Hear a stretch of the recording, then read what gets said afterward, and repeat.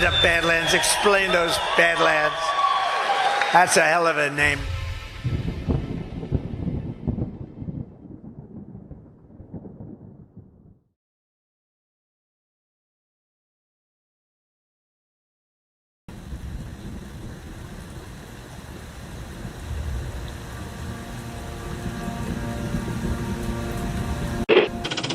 Mr. Vice President, I'm going off script again, I know, but I just want to personally thank you.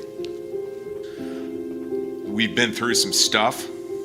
We've gone through some of the most complex military operations this country's ever conducted, and your steady hand and your leadership during those was a great source of strength for me.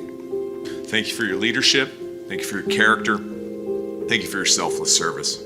Thank you for commitment. Thank you for being a mentor to me, Mr. Vice President. It's called the swamp. And you know what happened? And you know what I did? A big favor. I caught the swamp. I caught them all. Let's see what happens. Nobody else could have done that but me. I caught all of this corruption that was going on, and nobody else could have done it. Did I get that one right?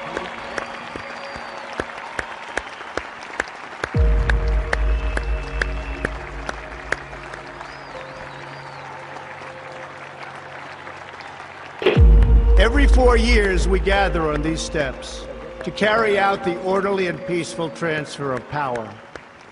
Today's ceremony, however, has very special meaning, because today we are not merely transferring power from one administration to another, but we are transferring power from Washington, D.C., and giving it back to you, the people.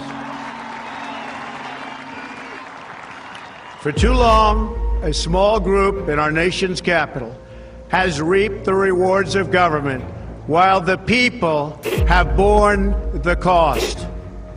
Washington flourished, but the people did not share in its wealth. This American carnage stops right here and stops right now. The forgotten men and women of our country will be forgotten no longer. From this day forward, a new vision will govern our land.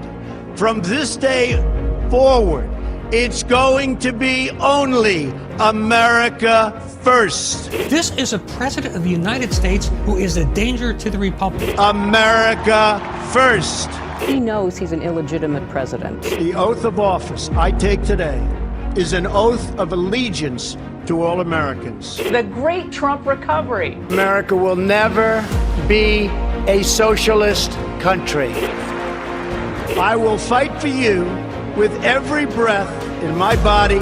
Russia, Russian, pro-Russian, Russian, the Russians. Russia. And I will never, ever let you down. A dangerous virus is spreading rapidly in China, and U.S. officials are very worried that it could come here. This is really the worst attack we've ever had. This is worse than Pearl Harbor. This is worse than the World Trade Center. There's never been an attack like this. The time for empty talk is over. Now arrives the hour of action. What they're doing is using COVID to steal an election. Together, we will make America strong again. You know what it's about? Fraud, fake ballots. We will make America wealthy again. They are trying to steal the election. Now, under the leadership of President Trump, we are fully realizing President Kennedy's prescient view of Special Operations Forces. We will make America proud again. And watch, please, those mail-in ballots. We will make America safe again. And in millions and millions of ballots, their vote is under what they thought they needed. They're dumping more ballots in there, okay? And yes, together, we will make America great again. Thank you. God bless you. If we are right about the fraud, Joe Biden can't be president. Congress, the chair declares the joint session dissolved.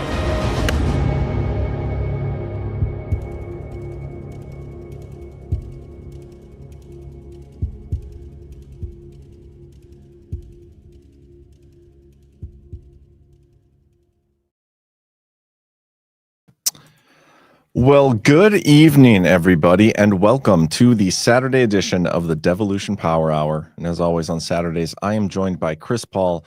Chris, happy birthday, my friend. Thanks. I hope you're okay with me telling the audience today was your birthday. Well, if I'm not okay with it, it's already a lost cause.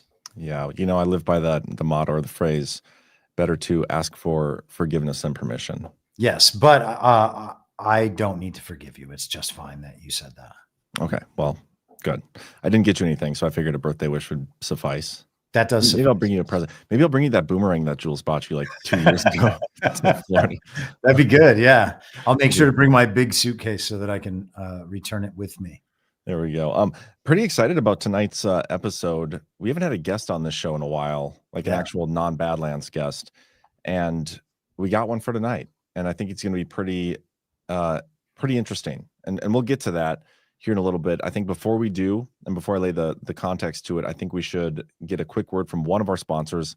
We'll do another sponsor a little bit later. But we're going to jump right into it. No pillow talk between me and Chris for tonight's episode. First up, we got CB Distillery. You don't want to miss this, guys. They got a 40% sale on everything during CB Distillery's fall sale. If you're tired of tossing and turning at night, feeling stressed, or dealing with aches and pains, you need to listen to this ad about CBD from CB Distillery. People everywhere are turning to CBD because it works. Over 90% of their customers say they sleep better with CBD. That's a huge number of people. CB Distillery has natural solutions for just about everything: better sleep, mood, focus, pain after workouts, even CBD for pets. It's all made with clean, high-quality ingredients. So if you're struggling with any of those issues, now's the perfect time to try, because again, 40% off of everything. Go to cbdistillery.com, use promo code RUMBLE. That's cbdistillery.com, promo code RUMBLE. Specific product availability depends on individual state regulations. All right, let's there's two videos I want to play. One's about 4 minutes. One's about, I mean, a lot shorter than that. It's like, I don't know, 15, 20 seconds. Most people in this audience are extremely familiar with who John Brennan is. Chris, I'm sure you've heard of that guy. I have heard of that guy. Major douchebag. This guy is one of the key figures behind a lot of the intelligence community shenanigans that targeted not just Donald Trump, but a lot of Americans. He's, we believe, at the center of this Rico Grande case. And there's a video that came out yesterday, I believe it was, maybe the day before, of him doing a panel. I don't know where this panel is or what the topic of the panel is, and maybe we can get some of the insight from our guest here a little bit. But he's asked a question, and he gets all hot and bothered, and then it carries over to the post panel. So I'm going to play this and play the question afterwards, and then we're going to bring on our guest. Also apologize, the audio here, I cannot control it. It's as loud as it gets. So if you are having trouble hearing the panel discussion, the questions, you on your end have a volume knob or button or something that you can adjust yourself. Anyway, why don't we go ahead and start taking audience questions? Sound good? Why don't we start over here? It should be on. Can you hear me? Yep. Okay, good. First, I want to introduce myself. My name is Thomas Speciale.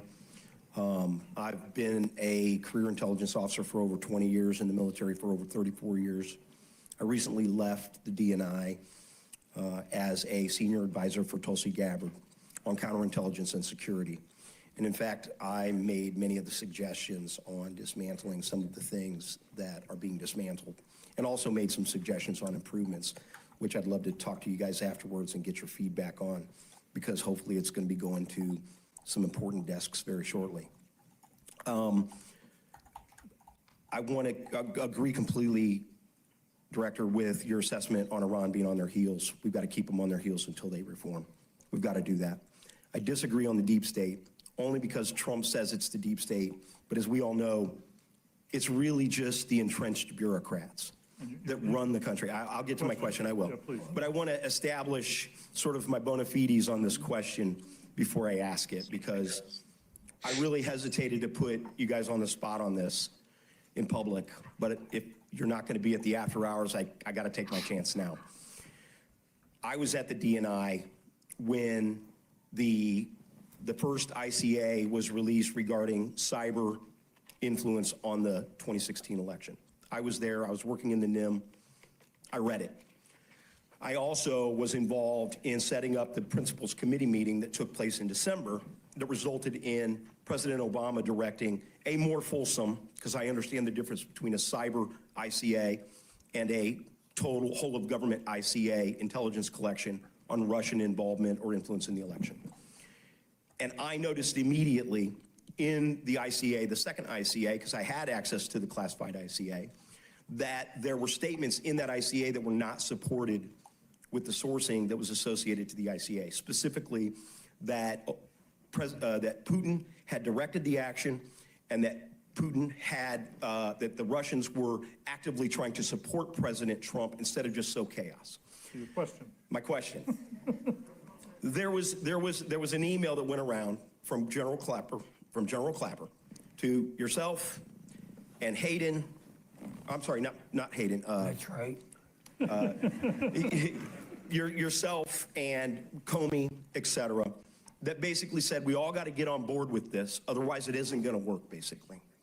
And I think that email puts everybody in the crosshairs. I would like to hear what your justification was for supporting the dossier that was known to be false being used as source material in the second ICA. I don't know who put you up to this. Nobody put me up to this, sir. I'm here on my own. I don't know what role you played or who you are, but it's a bunch of bullshit that you just passed on. The emails are clear, sir. Bullshit. The emails are clear. Bullshit. The emails are clear. The second question. No, I think we're going to go.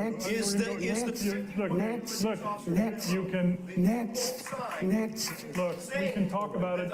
Talk about it in the reception. Russian disinformation. No, we didn't say that. Get the facts straight. You said it was likely Russian disinformation. No, we did not. We said Yes, it. you did. No. In that memo, Read the it letter. says I'm that ignoring. inside. Okay. And I just like, I know I'm going to get uninvited. Yeah. It's going to be after hours. No, You're done. come on. All right, we're going to go over here. This is disinformation. Let's go over here for a question. Thank Good you. evening. Thank you very much. Appreciate it. Over Good here. evening. My name is Tristan Witzig. I'm in my last semester. Okay, so that's clip one. Thomas Speciale lays out a great, pretty detailed case of what we now has been revealed to be going on. And then one more clip I want to share. This must be the after reception, the after party. And here is the interaction that took place. Why didn't you remember on the Hunter Biden? Why? Because I think, and you misrepresented that. We never said it was disinformation. We said it was Russian influence operations, which is what they do. There's a big difference between influence operations. No, you don't know that. Yes, Comey knew. Comey knew. The literature said it had all the hallmarks. All the hallmarks. Unbelievable. Chris, I don't know if you have any commentary. Otherwise, I'm going to bring our special guest on. Let's just do it. Yeah. All right. So, welcome to the show, Thomas Speciale. You're the guy from the clip. You're famous. I never wanted to be famous. It's usually kind of you're failing at your job as an intelligence officer if you become famous. You know, as point. we're talking about, some of these former CIA directors that have made themselves famous and infamous in ways that dwarf the Watergate and everything. It's crazy. So yeah. I guess you could be a famous intel officer if you are in the mainstream media, though.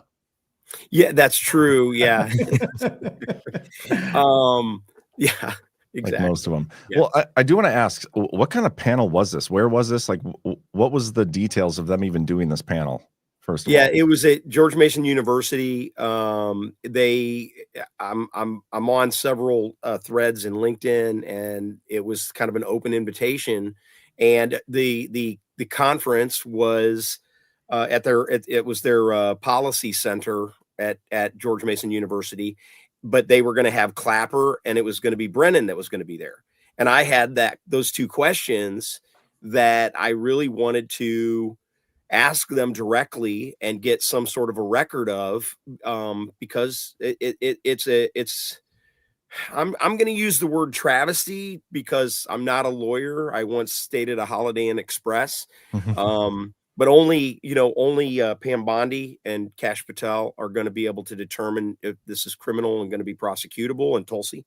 But I think that the evidence is clear that there was some things that have happened to the American people. that are, in my mind, they are seditious conspiracy against the U.S. government, but I would argue that it's actually what in the intelligence community we would call offensive counterintelligence. When you fabricate lies and you sow them as truth throughout the intelligence community, through Congress, and then through the public, with the intent to manipulate your target to your advantage in the intelligence community, that's offensive counterintelligence. And if a foreigner did that to us, then that would be considered espionage. But because it was an American citizen, it would be, I believe, seditious conspiracy. So, yeah. Okay, so I want to get a little bit of your background, because I've been reading through your bio. You've been in the military for a long time, and then you started up at the ODNI under Obama, correct? Well, timeline wise, I joined the military in 1987. I've been in and out of the Army, the active duty and the Army Reserves. I've been everything from a military policeman, field artillery forward observer, psychological operations specialist, infantryman, became a human specialist, which we did interrogations, and then also do source operations, street level sources for the Department of Defense when you're in a combat zone. I did that all on active duty and in the reserves. I left active duty in 2009, and I moved to back to Washington, D.C. And I joined I actually started at the Defense Intelligence Agencies, where I started. And I was doing political military analysis, mostly on the Iranian threat network, Islamic Jihad, Hamas, the Iranian Quds Force, Lebanese Hezbollah, stuff like that. And I did that for several years. And then I moved from there. I sort of bounced back and forth. I consider myself an intelligence hitman because as a contractor, I've been able to jump back and forth between being at the Defense Intelligence Agency or being at the ODNI. And then ultimately I landed my last 2 jobs at the ODNI. I was the senior intelligence collection strategist for domestic extremism in the months leading up to January 6th, which meant I had access to everything that the government had on domestic extremists in the United States. And then I left that and did some contract work for the Department of Defense with regard to technology development for our special operations community. And then I went back to ODNI as a senior advisor for Tulsi Gabbard on counterintelligence and security in January of 2025. And I did that for about 4 months. John, I know you probably have important questions. I just want to get a basic level question. Sure. Was it the Trump administration that brought you back in, or was it someone that Tulsi worked with, contact that you had in the kind of the larger infrastructure, or what? Yeah, the Trump administration and all of those involved have been extremely careful about who they've brought in, because of the simple fact that there's a lot of rot throughout the Department of Defense, the intelligence community, the Department of State. And so my role was to go in, and for those first several months until they identified who it was going to be, I went in as the senior advisor in the National Counterintelligence and Security Center. That was like where my duty position was. And I did that until they found the permanent person, which is a guy named Wes Street. And he basically took on the role as the senior advisor for all intents and purposes until he actually went through the confirmation process to become the director of the NCSC. And so I was there as sort of an investigator, I would say. I did a lot of financial analysis, and I did manning analysis, and I did mission analysis of the counterintelligence and the security functions. And ultimately, some of the last things I did was make recommendations to Tulsi's team, to her senior leadership team that are in the front office at the DNI, on what changes I thought needed to be made regarding personnel and manning and things like that. And all of that stems from the fact that, we were really looking for the the fraud, waste, abuse, and the, inefficiencies. And that's, that was my role for the time that I was there. Interesting. A couple questions going back to the first term of the Trump administration. So you were like kind of manning the domestic extremism list. I'm assuming the fact that you're on this podcast means we weren't on that. Hopefully. Well, if you were, I couldn't tell you. Okay, that's a good point. Maybe this means we were on it. In that role would have been under the National Counterterrorism Center. So would you have been working under Chris Miller at the time then? Yes, correct. Chris Miller was the director of the NCTC when I was there as a collection strategist for domestic extremism. Basically, what a collection strategist does is has access to all of the intelligence community's collection capability on a particular topic. And I had done that in the past with regard to the ITN, with the Iranian Threat Network and ISIS. And then ultimately, when I went back that time, I was there doing intelligence collection strategies for domestic extremism. Okay. And since you brought that up, I actually was pushing back from within the organization, from within the NCTC. I was pushing back against the FBI at that time and got labeled a domestic extremist by my FBI Joint Duty Assignment boss because while I was there. Yeah, because the FBI was advocating for a federal domestic terrorism statute so that they could get around the First Amendment of the Constitution. Wow. And I was pushing back, and I literally pointed out to them that the suggestions they were making needed to be looked at by legal. And, I was reminding people of, COINTELPRO and things like that now I think is a little bit more common knowledge. People understand. And a lot actually of, I believe, why I went into the NCSC, the Counterintelligence and Security Center, was to find and make the recommendations that would be necessary to change the counterintelligence enterprise in the United States government. The counterintelligence enterprise in the United States government, we're on our heels, gentlemen. Like, we are losing right now. The intelligence front on in the intelligence battle space against the Chinese, on the actual intelligence collection, they are stomping the living shit out of us. They have eaten our breakfast, they're eating our lunch, and they're about ready to eat our dinner.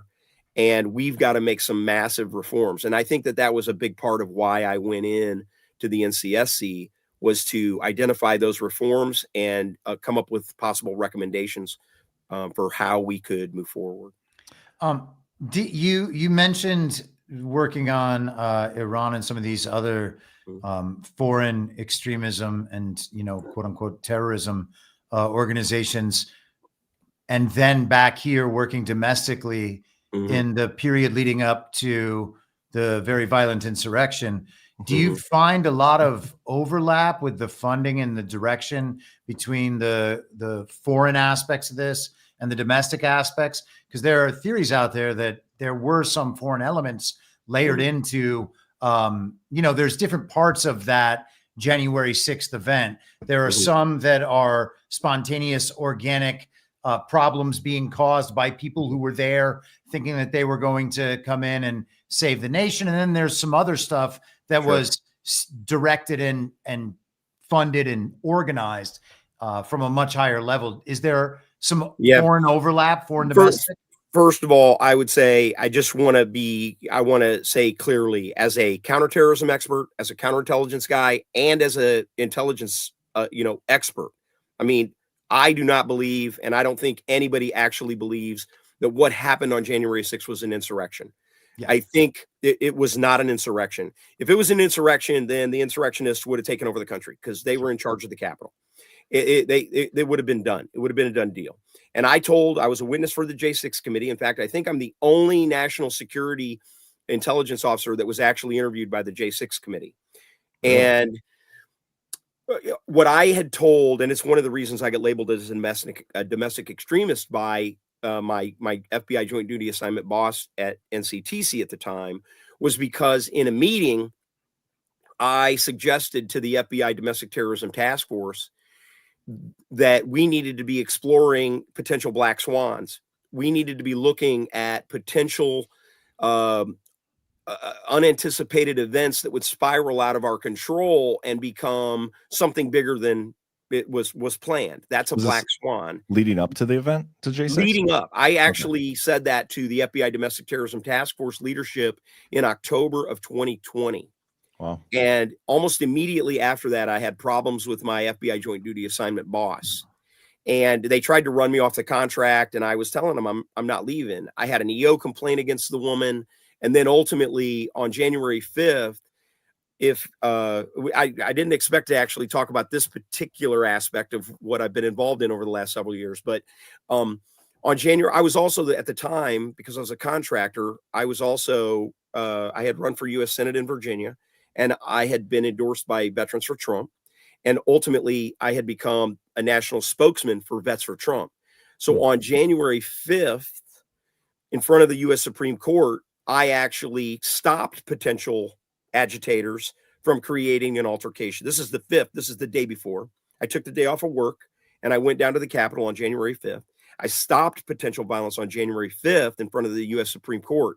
And then on January 6th, we were at a different rally point with Latinos for Trump and Blacks for Trump. And then after that, we went to the Capitol. And by the time we had gotten to the Capitol on January 6th, the violence had already kicked off. And of course, I believe that it was, as you were sort of articulating, I think that there were, and this is what I told the J6 committee, and they destroyed some of the documents and a report that I wrote and everything. The original J6 committee destroyed documents that I had provided to them on my analysis of the events of J6. And but when we got there to J6, there were the way I would approach it is that there were instigators and agitators on the right and on the left who were I would call it, the intelligence community, I would say that the crowd had a lot of fragility in it. In other words, it could be aggravated into violence. And I think that ultimately my professional assessment of looking at the videos and talking to a lot of the people involved, including senior members of the Capitol Police and also senior, leadership of like groups that were there, I think probably the best way to explain what happened is a black swan. You had a lot of passions in the crowd. You had a lot of veterans and a lot of law enforcement on the rally attendee side. And I think that when the police attacked the crowd with CS gas, I think that, the veterans in particular were trained to sort of resist CS gas because we go through training to resist it. And the crowd did not respond the way that the Capitol Police expected. And then I think that, I know for a fact, I was never near any violence personally myself, but I know that if I'd have seen somebody maybe attacking an older woman or pushing down an older woman or an older man who was angry, yelling in the face of the police, I think I would have intervened. And I think that's what a lot of veterans and former law enforcement did, is the crowd to a great extent felt like they were being attacked. And they defended themselves. And that, of course, then escalated. The CS gas that was thrown into the crowd, the wind was blowing back at the cops, which is, of course, military doctrine 101. You never throw CS gas into the wind, so it comes back in your own face. And it basically, they CS gassed themselves, and then they fell back into the Capitol, and then the crowd just moved forward.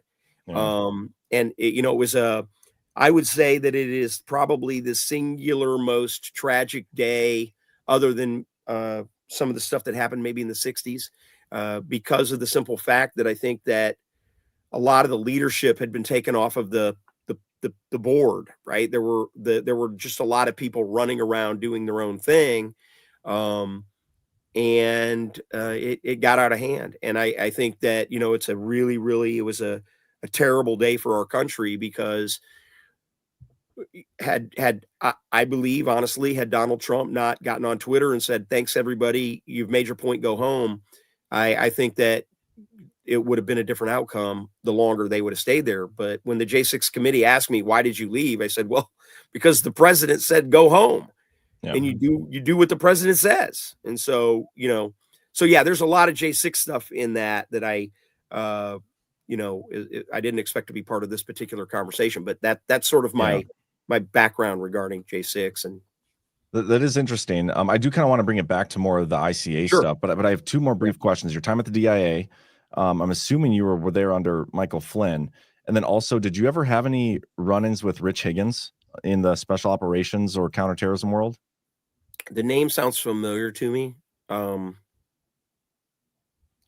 But I'm terrible with names. If I saw a face, I'd know. But General Flynn, when I first was at DIA, he was the director at the time.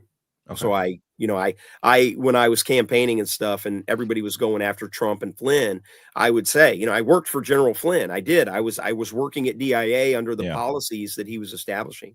So yeah, I was there during that time. Okay, interesting. So ICA, let's circle back to this now. And this is what you confronted Brennan about. A lot has come out about this. John Ratcliffe from the CIA, director of the CIA, is awesome.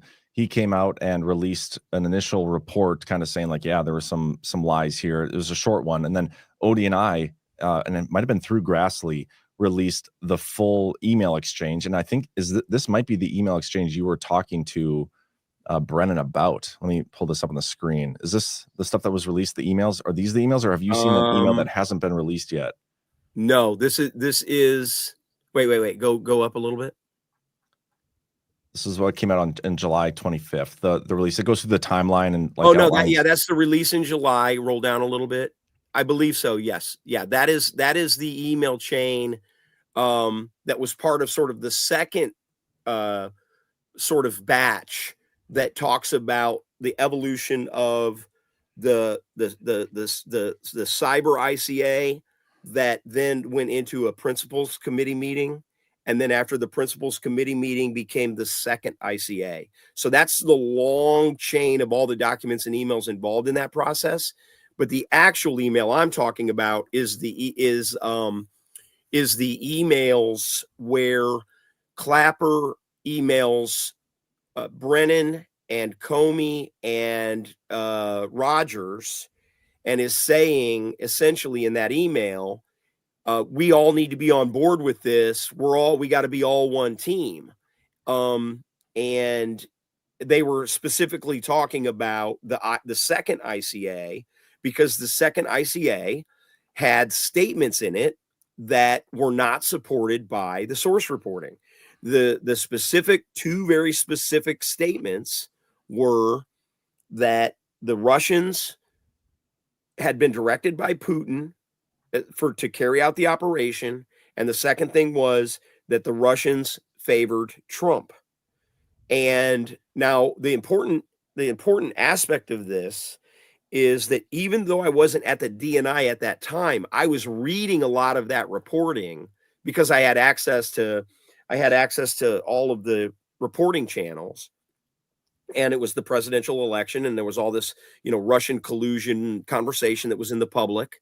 But there was no source reporting available anywhere that said that the Russians, it had been directed by Putin, and that the Russians supported Trump. In fact, the good reporting we had said that the Russians don't think Trump can win, and they just wanted to do as much damage to our democracy as they possibly could. And that's ultimately what the Mueller investigation, the first volume of the Mueller investigation, which I think is pretty good intelligence work. There's some discrepancies in that, but I think that most of the intel work that goes into volume 1 of the Mueller report is good, and it says that the Russians' principal objective was to damage our republic, to damage the trust and faith that everybody had in the election system. The intelligence community did a better job of that than Russia did, though. Well, and that's exactly what I think is very important about this, because ultimately then what happened is, okay, I think everybody should understand that the Republican Party did not want Trump. They did not want him. But he had somehow gotten through the primary and became the nominee.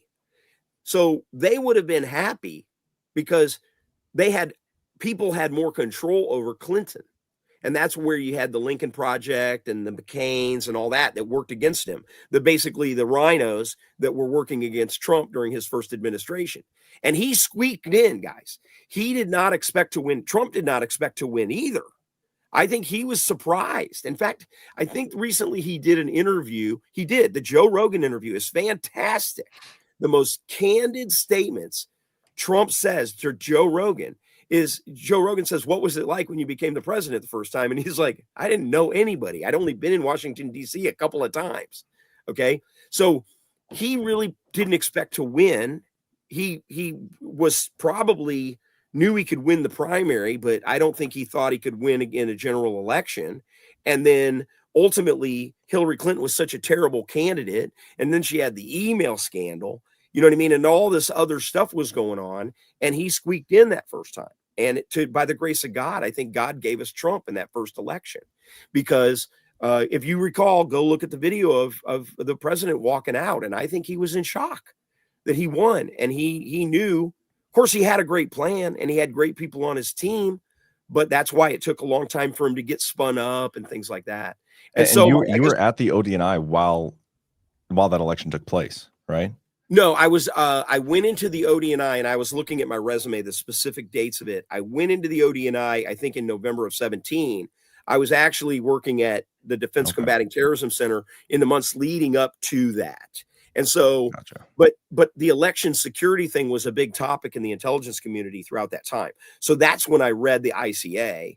And probably why I couldn't, in my memory, it's probably why I couldn't find any good sourcing on. And it's probably why I saw the gaps in the sourcing for the second ICA regarding Russian influence. When Trump said, it's really funny because I was in a skiff the night that it was reported that Trump had said that he was being spied upon. And if you guys remember, everybody laughed at him.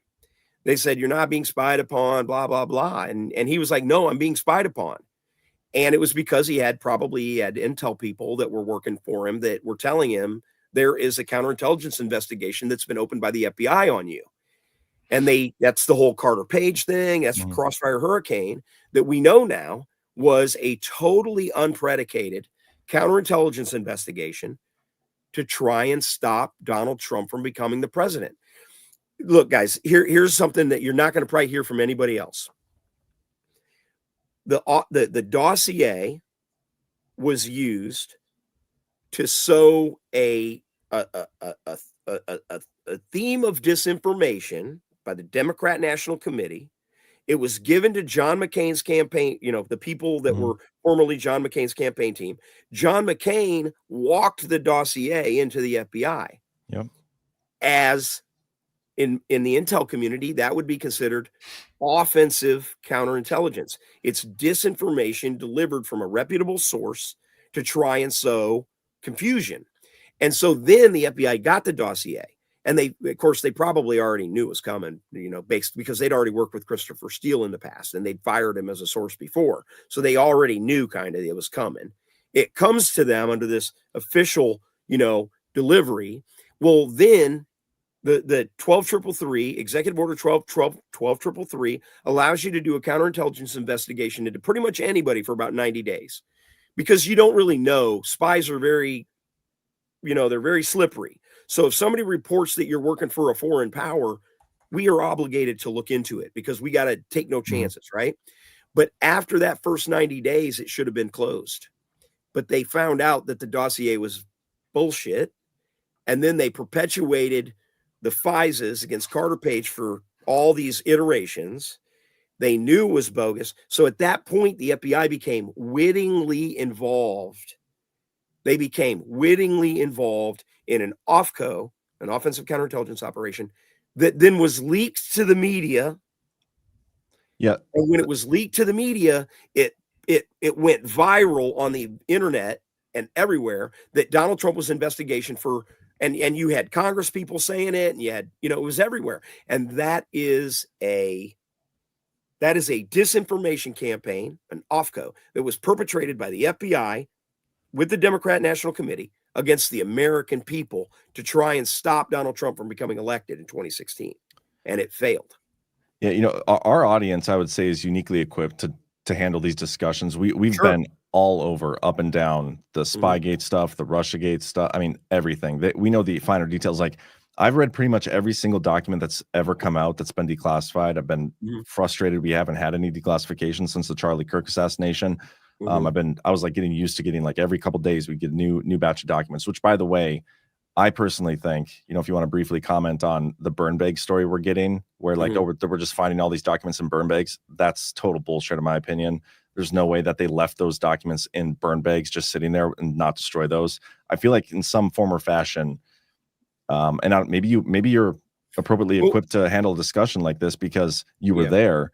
Like these people that perpetuated the crime you just described against Donald Trump, they were smart enough to pull all that off with the media and the FBI and laundering the money through and all these things, but they forgot to burn the bags of evidence. Give me a break.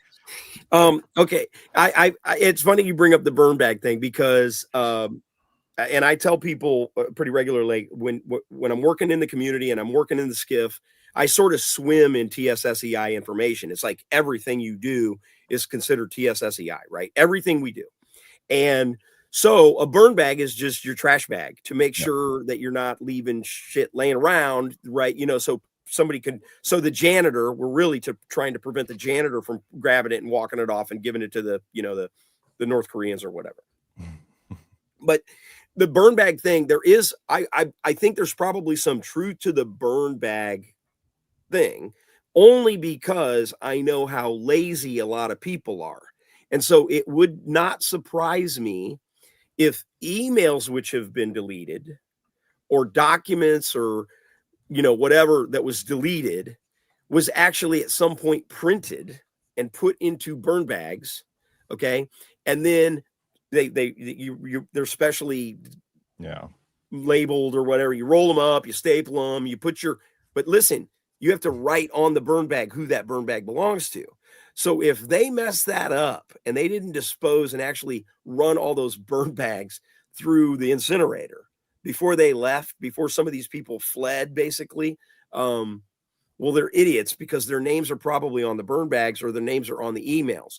Now, what I would say is that in all likelihood, it's probably not going to result in what people are hoping it would result in. So it could be full of stuff that is not associated to this at all, unless those burn bags came directly out of the National the Counterintelligence Division at the FBI. If those burn bags came directly from the National Counterintelligence Division of the FBI, then they could be full. They could be full of emails and printed documents and investigators' notes, etc., from all the FBI agents that were working cases on J6 that had no predicate for an investigation other than, you know, they went to January 6th and they walked peacefully into the Capitol building for 15 minutes. And so there could very well be a lot of information to cull through that would be of, you know, value to the American people to understand the crimes that were committed. But I wouldn't, but I don't have my hopes aren't up about that, because I think it'll take years to probably go through burn bags and find the stuff that's, you know, really valuable. Yeah, but they just so happen to be finding all the important stuff and leaking it to Fox. It just seems like a funny cover story to me. Yeah, there's definitely some of that going on. That they're going to be strategic about what it is they talk about, what it is they release, etc.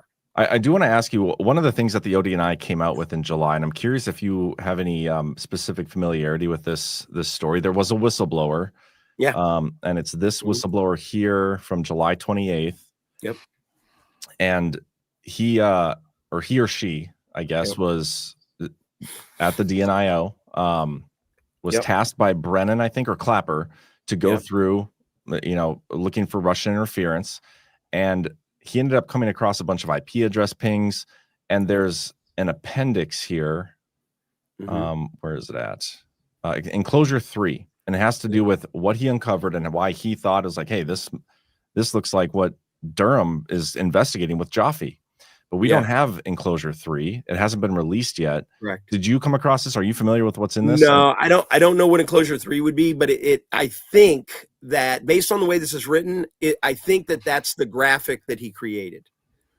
It's probably the graphic that he created as part of his reporting, because it mentions that he created a graphic to try and do this. And that's kind of what I think that enclosure 3 is.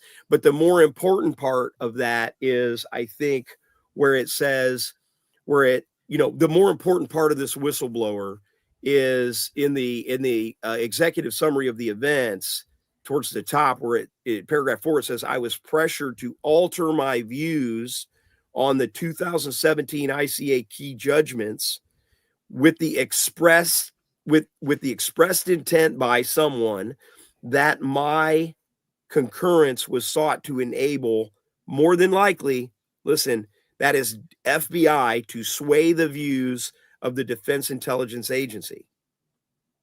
So what that is saying, they redacted, what I think is probably they redacted FBI. And what they're saying is that they needed the guy at the DNI to help convince DIA to get on board with the assessment based on this bogus FBI reporting that everybody knew was the Steele dossier, which everybody read it. Everybody who read it thought it was bullshit, I'm sure. And then in addition to that, they may have had some human reporting that's that was like, hearsay. And people were saying, Putin really likes Trump, and that's supposedly like an intel report. Okay. But it probably was nothing. The credibility of the source probably wasn't very good. And so they were using, essentially, this whistleblower was saying that they were using very low credibility human sourcing and very questionable credibility human sourcing from Steele to support that Putin supported Trump. And here's the thing, guys. The reason they had to say that is because they wanted to damage his presidency with the American people. That was the express purpose of that particular language. So it was election interference all the way up until Trump won. And then after Trump won, what they did was seditious conspiracy. For sure. And I'll throw one more thing at you. I think if you haven't heard this before, this is very important. Comey went in and briefed Trump in a private meeting. Yep. And when he did, he went to Trump and said, hey, the Russians have this dossier about you with these prostitutes and all this.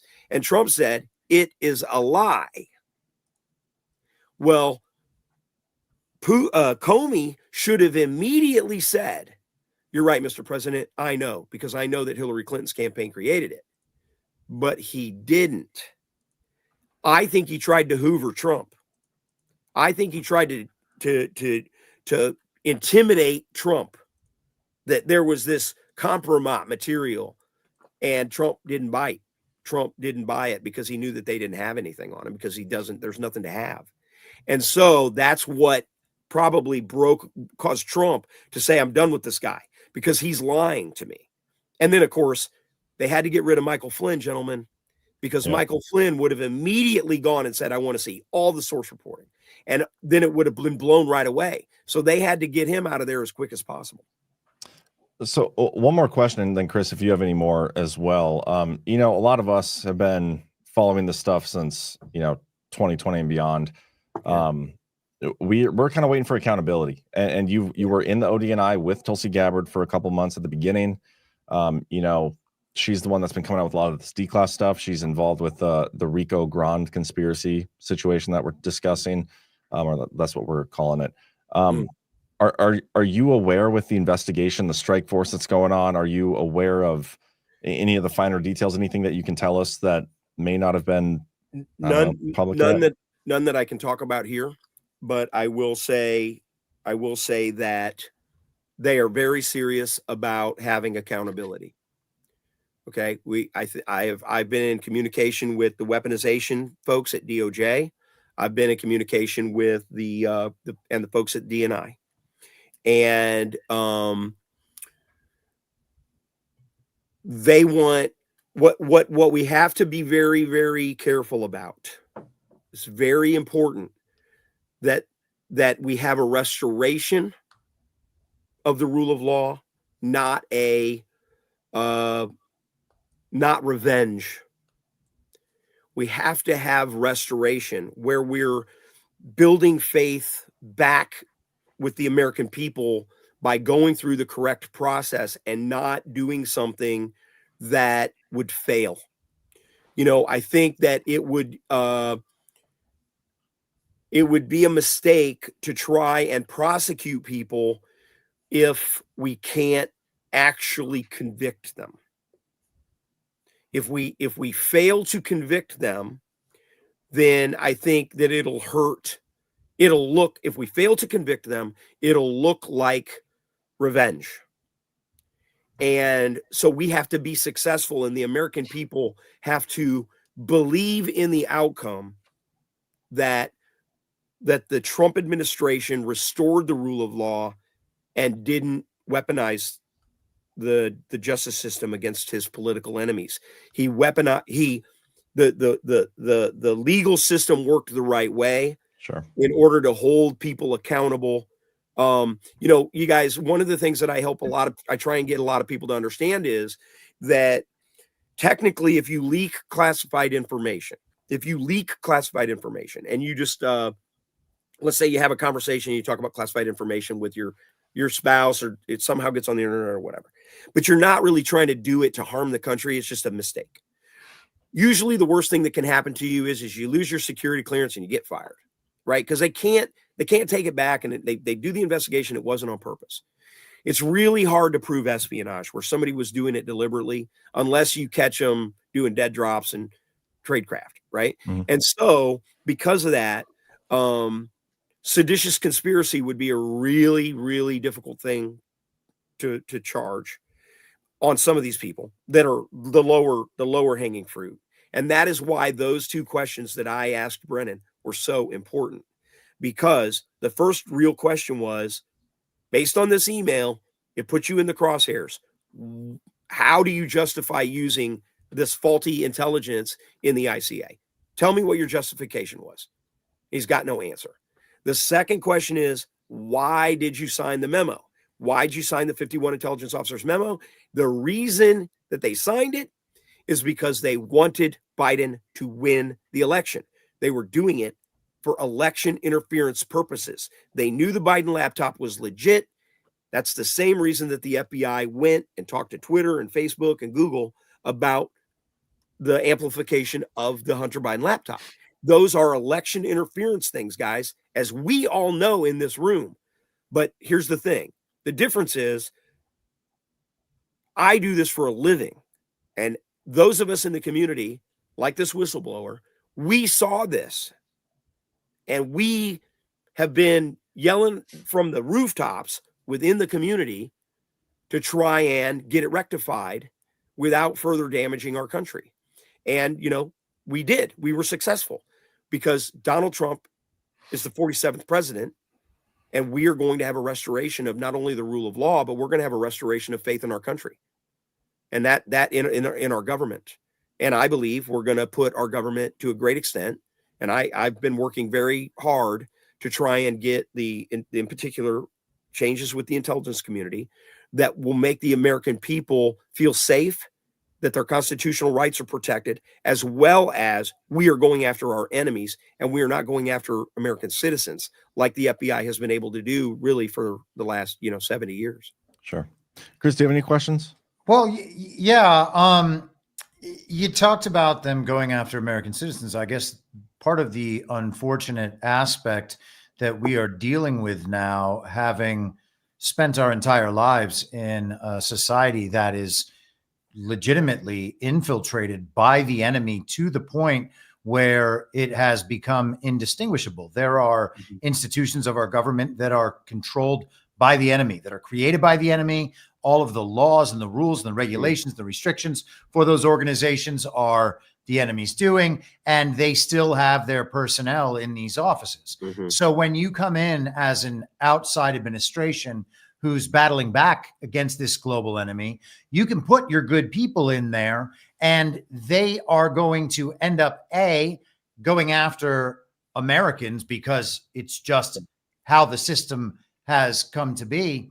Yeah. But also they're going to be dealing with a lot of the same information and some of the same processes that if you told them to the American public in the same framing as what you just described with the intelligence agents and Brennan and the rest of these folks that, everyone believes to be in this globalist regime, part of the deep state, there's a difficulty in trying to determine who's who and then separate these things.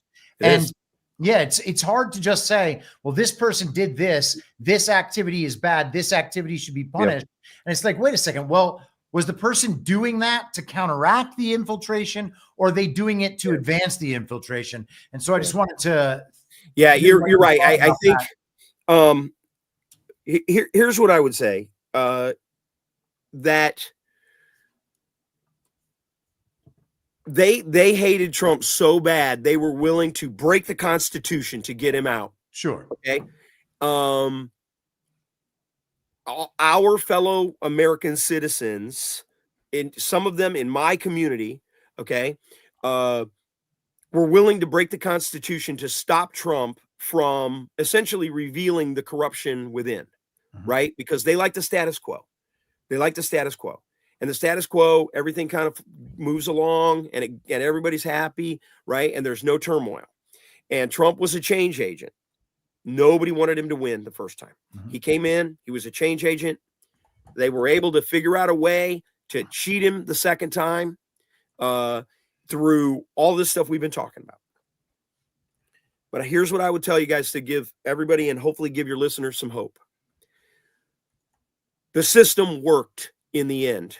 One of the greatest things about our country is the fact that the vast majority of people that are working for the government are true patriots. They absolutely love the country. Now, we may have differing political views, but we love the Constitution. I would say it's a good 98% have absolute devotion to the Constitution. The problem is, and this is, where Trump talks about the deep state. When Trump is talking about the deep state, what he's talking about these entrenched bureaucrats that have the ones that rise in power, and they have both political power as well as institutional power. Okay. They have, I believe that there's probably no doubt in my mind, guys. There's no doubt in my mind. And I think that the Epstein Island stuff, the P. Diddy stuff, those are all blackmail operations. There's no doubt in my mind that they are blackmail operations. Have you seen evidence of that though? Well, I have. Okay, I have seen evidence of that because. What do you mean? Can you elaborate? All I can say is I have seen evidence of the what's the right way to say this? The vulnerability, okay, of the compromise from sexual blackmail in particular, okay, sexual blackmail in particular, and that's not, having sex with, some 16-year-old girl on an island. That's having sex. It used to be homosexuality was like the compromise. Now it can just be you had sex with, a perfect stranger that, you had a one-night stand with somebody. But if somebody videotapes it, then somebody comes and throws their arm around you and they say, well, we can protect you from that. We got your back. Right. And so there's there's a great couple of books, One Nation Under Blackmail, Volume 1, Volume 2.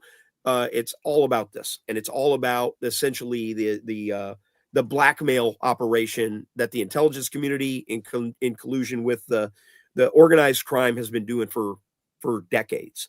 And I think that what happened is when Trump came into office, it scared the living crap out of all these people that are vulnerable to the blackmail.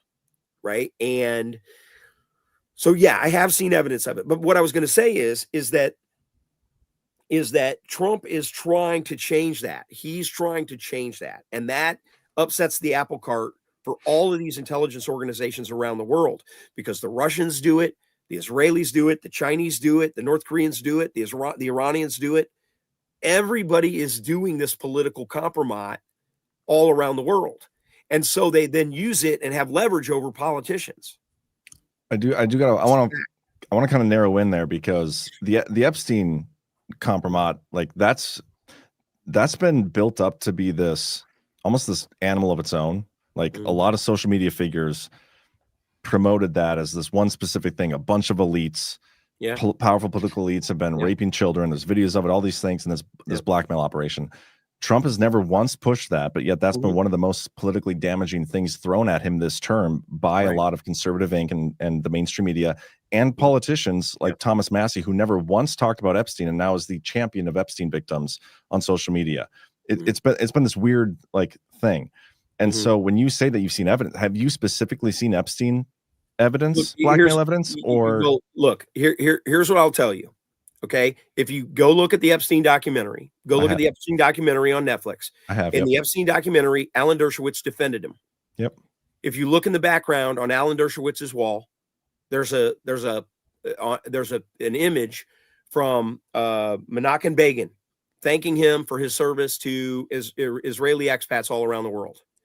Okay, when Epstein pled his first case out, basically he pled his first case out, multiple accusations down in Florida.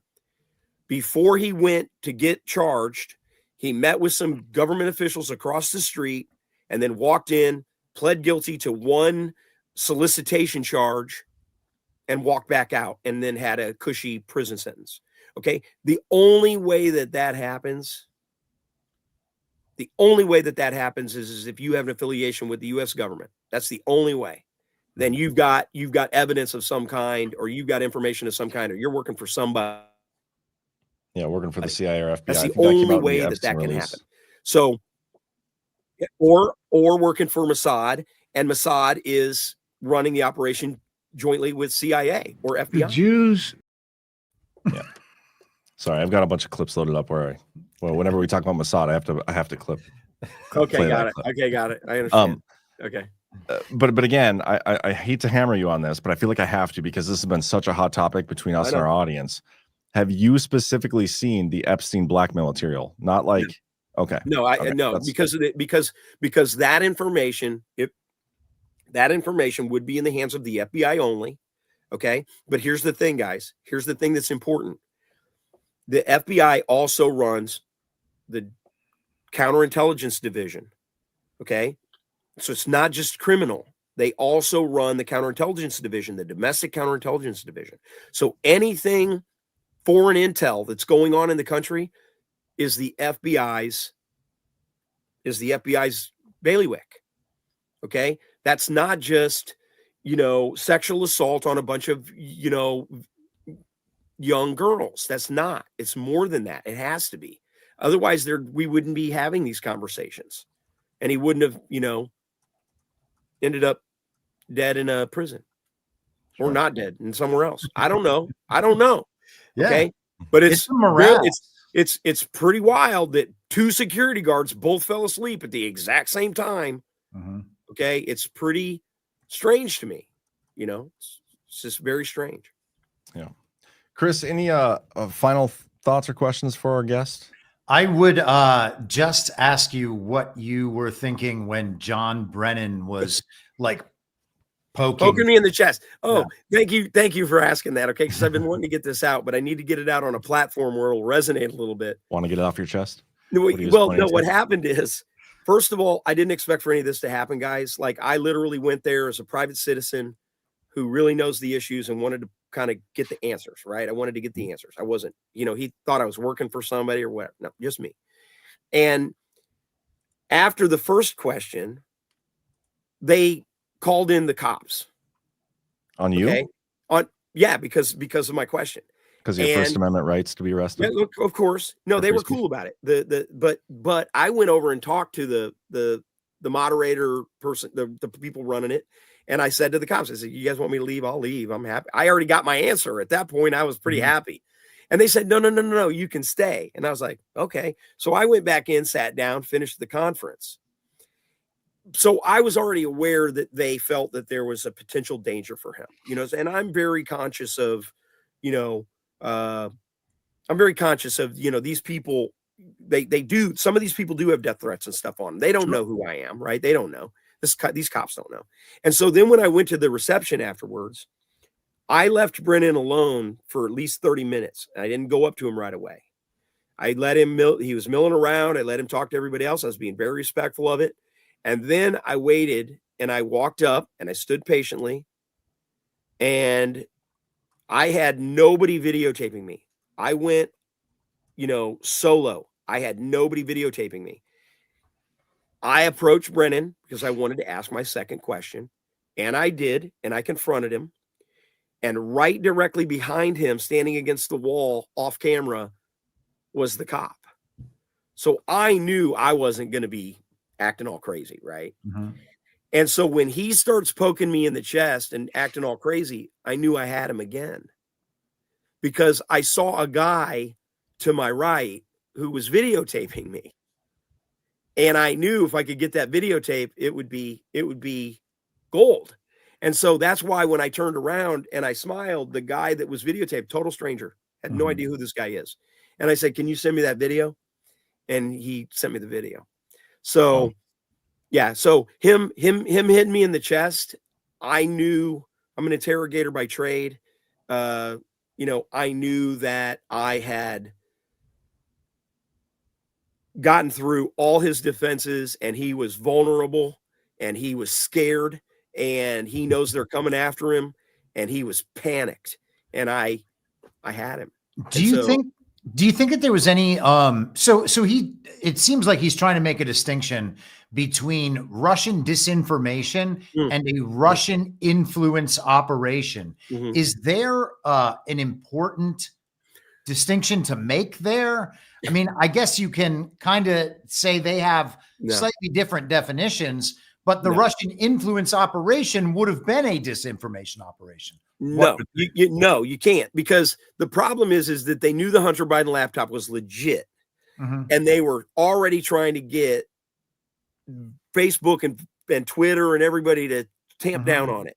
Yeah. So they were already tamping down on free speech, right? So then, in order to sort of disparage it further, you needed the intelligence officers to say it has all the earmarks of Russian disinformation or an influence operation, knowing that the American people that are not informed would take that at face value. This is 51 intelligence officers that are, and we know because of Morell's email to Brennan that the letter was designed to give Biden a talking point during the debate.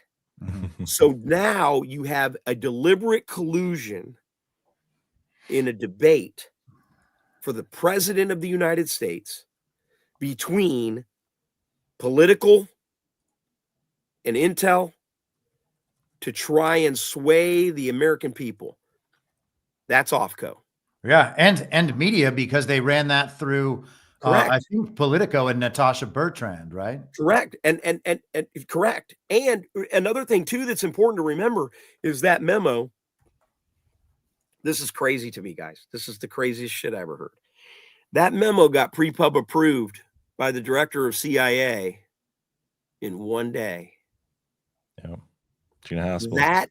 That tells me that is evidence of the director of CIA, Brennan, in support of an OFCO against the American people. And one of the things that I say to everybody, and I hope when you guys share me the link on this, I'm gonna put it out on my Twitter and I'm gonna tell everybody, the left, they will lie, cheat, and steal to win an election. And we also know they will murder you to silence you.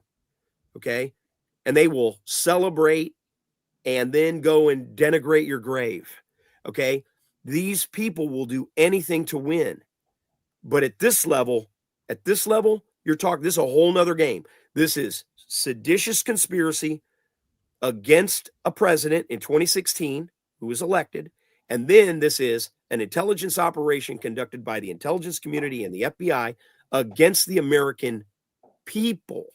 They didn't do it to Trump. They didn't do it to Carter Page. They didn't do it to me. They did it to everyone. That reminds me of one of my favorite clips of Trump. I want to play it real quick, and then we'll let you out of here. Thomas, listen to this. Don't forget, this persecution is being done by the same weaponized agencies that for 7 years have been running illegal psychological warfare campaigns against the American people. Much as There it is. We talk about psychological warfare a lot, so it's interesting that you have the the psyops in your background. Chris Miller did, Ezra Cohen Wadnick, those guys. We follow a lot of those people. Thomas, I appreciate your time here. I didn't know how long we'd have you on, but it was definitely longer than I expected, and I appreciate your insights. Guys. This was great, and this was the first time it's all in 1 hour or so. Really great. Really where can people find you? Thank you. They can find me on Twitter at Speciale4VA. 4 is a number, 4VA. And you can find me at thomasspeciale.com. My website is up. That's got all the weaponization, the IG complaint, the effect that it's had on my military career, videos of the interviews on January 5th and January 6th. You can find, mostly that's probably the best two places at this point, is Twitter and my website, thomasspeciale.com. Awesome. You ever going to run for government again once they fix our election system, or are they never going to fix it and therefore you'll never run? I really am enjoying having an influence on the election. I'm hoping to have some influence with regard to the Republicans here in Virginia, with regard to the Republicans and the Democrats. I have a huge defamation lawsuit right now against the Democrat Party of Virginia. And I'm winning the case, and it happens to be against Abigail Spanberger personally, her campaign team personally, because they defamed me. Yeah, they defamed me, and I'm winning that case, and I'm handling that case pro se. So I am actually enjoying more the influence and trying to get really good people elected than I am running for myself. But I wouldn't say it's completely out of the cards. Influence in elections is illegal. Haven't you heard? Yeah, exactly. That's right. Yeah, that's right. Thank you, Thomas, for your time. Hey, no, thank you guys. Thank you guys. We'll get you back on again some other time. God bless. All right. You as well. Have a good night. There we have it, guys. Wealth of information from Thomas Speciale. We're going to take a quick commercial break, and then 2 commercials. Let's do the self-disclosure, and then we'll go on with a couple other topics and get you guys out of here. Because Chris, I'm sure he has big plans for his birthday tonight. Totally. Crushing it. Before skincare went synthetic, people used something simple, something real, tallow. Grass-fed and finished beef tallow is packed with vitamins A, D, E, and K. Nutrients your skin actually knows what to do with. It locks in moisture, restores elasticity, and defends against winter dryness. No water, no preservatives, and no BS. Unlike plant oils or chemical creams, tallow mimics your skin's own structure. Elbows, hands, knees, post-shave, anywhere your skin's crying for real moisture. Perfect for gifting or keeping your own skin soft when the cold hits. Visit softdisclosure.com and use promo code Badlands for 15% off. Ancient care, modern truth. Self-disclosure. Every time I hear that ad, I feel like we missed an opportunity to do head, shoulders, knees, and toes. It's a good point. Maybe on the next one. Yeah, maybe on the next one. Real quick, we also got Save Pulse, guys. Today's show is also sponsored by Save Pulse. Save Pulse is dedicated to keeping you and your family healthy with top quality medications like amoxicillin, azithromycin, ivermectin, and hydroxychloroquine at unbeatable prices. The streamlined ordering process makes it easy to stock up on all your health essentials. And now with exciting news about fenbendazole showing promising cancer research, they proudly offer this alongside antibiotics and other viral care meds. Don't wait. Prepare for any health scenario today. Get your supply and stay ahead of the curve with Save Pulse. Visit badlandsmedia.tv/meds. Use promo code SAVEHEALTH at checkout to get 20% discount on orders over $100. And also, side note, some packages have been held up in customs recently. Not Mike Johnson's package, the Save Pulse packages. All the packages that have been held up are now en route to their destination. Although with how large it is, Mike Johnson's package probably needs help being held up as well. Multiple packages, like boxes and boxes. So many packages. Speaking of that, the government's still shut down. That's been fun to watch. No movement there. Yeah, interesting interview for sure. I saw the video last night on OnlyLands. It was the first time I'd seen it, and I noticed the guy was following me on Twitter.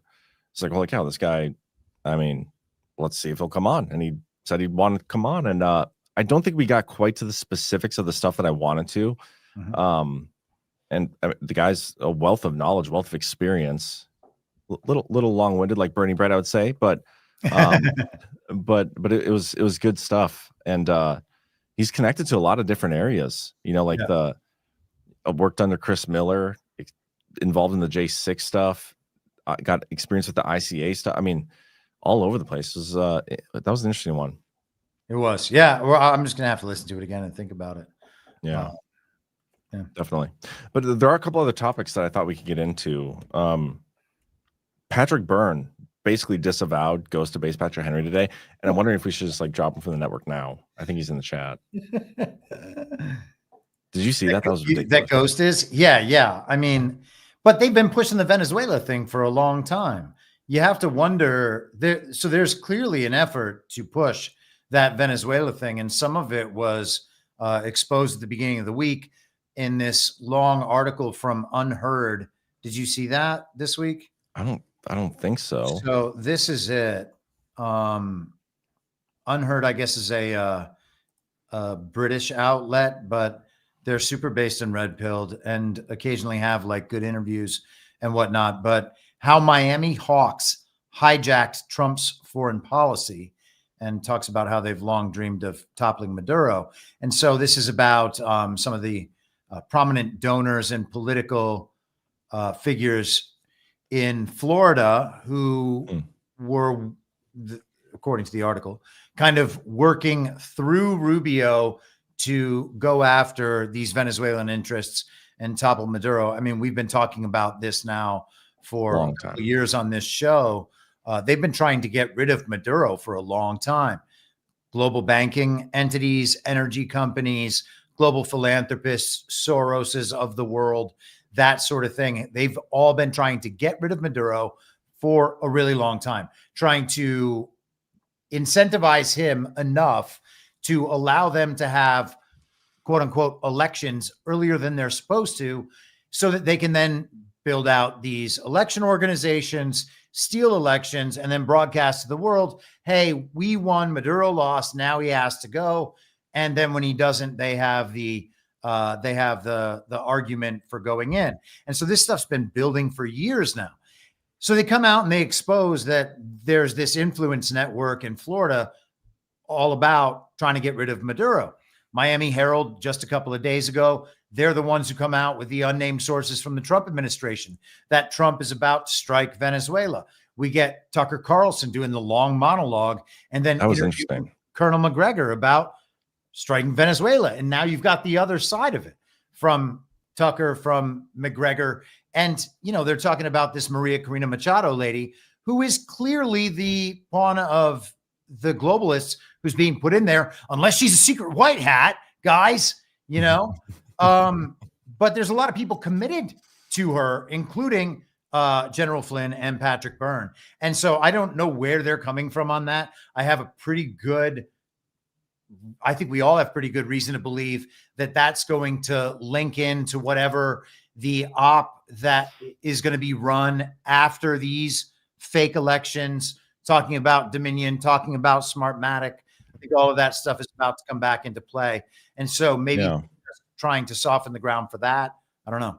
I think the most interesting thing, like you said, is the Tucker Carlson interview, because Tucker Carlson, since he went independent, and especially lately, when he starts going against the regime narratives and becomes like the enemy of the who's supposed to be Con Inc., right? That's interesting. That's notable. It's almost like a Bannon-esque type move. And we've had so many discussions on Badlands about like, hey, it's great. He's saying the things you want to hear, but why is he saying this? Do we like him now just because, can we trust him because he's finally saying the things we want him to say? We've had a lot of discord between us and the chat, even having these discussions, but regardless, he's, in my view, he's becoming like the in similar fashion to Bannon, just not quite leading edge like Bannon. He's more like, okay, when we need to bring the normies around and give them the alternate perspective, we're going to use Tucker Carlson to do it. And Tucker Carlson's commentary this week, very much in line with what you've been saying for years and really questioning this thing. It now makes it socially acceptable to start questioning the Venezuela situation on a whole. And, my questions around it are like, why now? Where was this the last 2 years? I mean, they've been doing the same thing for a while. Like you said, we've been talking about this for a long time. So why now? But regardless, it's still notable that he's finally like taking that stance, and it's going to allow everybody else to kind of get on board with that stance as well. Yeah. I think when you kind of pull back and try to look at the big picture, not focused on just like Israel, Gaza, or just what's going on in Venezuela, or just on the elections or any of this, and try to take like a more holistic view to it, you can see that Trump is going around the world making these trade deals. That's not the centralized global economy that we're accustomed to. That's a break away from it. That's a decoupling from the entire supply chain of that global economy. All of these things are being reordered. There is the potential that the country might this time wake up to the fact that our elections are stolen. We're going to get, I mean, doubt it. Who knows? Who knows what they're going to report as the election results. But I would suspect that we're going to get Mamdani, Mikey Sherrill, or whatever her name is, in New Jersey, and then Abigail Spanberger down in Virginia, because the GOP establishment figures, well, they don't even have one in New York. They have Andrew Cuomo and Curtis Sliwa, and then just GOP establishment in New Jersey, GOP establishment in Virginia. But those people were supposed to win, it seems, and now they're not going to. So will people think anything about our election system? Who knows? But the election system ties directly into the Venezuela thing through the whole Smartmatic issue that we heard about extensively in the post-2020 election period, often from these same characters who were talking about it then, Sidney Powell, et cetera. This thing's kind of been building, and we're getting to a point where some of this stuff actually these story arcs need to close at some point if they are still supposed to be taken seriously in the long term. And I guess we're going to see. Yeah, but that's like been the theme though. One of the things we're going to discuss at GART, a panel, is like a year in review since Trump's election. Because by the time we're there, it'll be November 6th. The election of 2024 would have been a year ago, and like a lot of these story arcs that we expected to be closed, or at least some of these story arcs even launching. We've been told that we're going to get these story arcs, and we haven't gotten them. Some of these story arcs haven't closed. Election fraud, a lot of things haven't been fixed.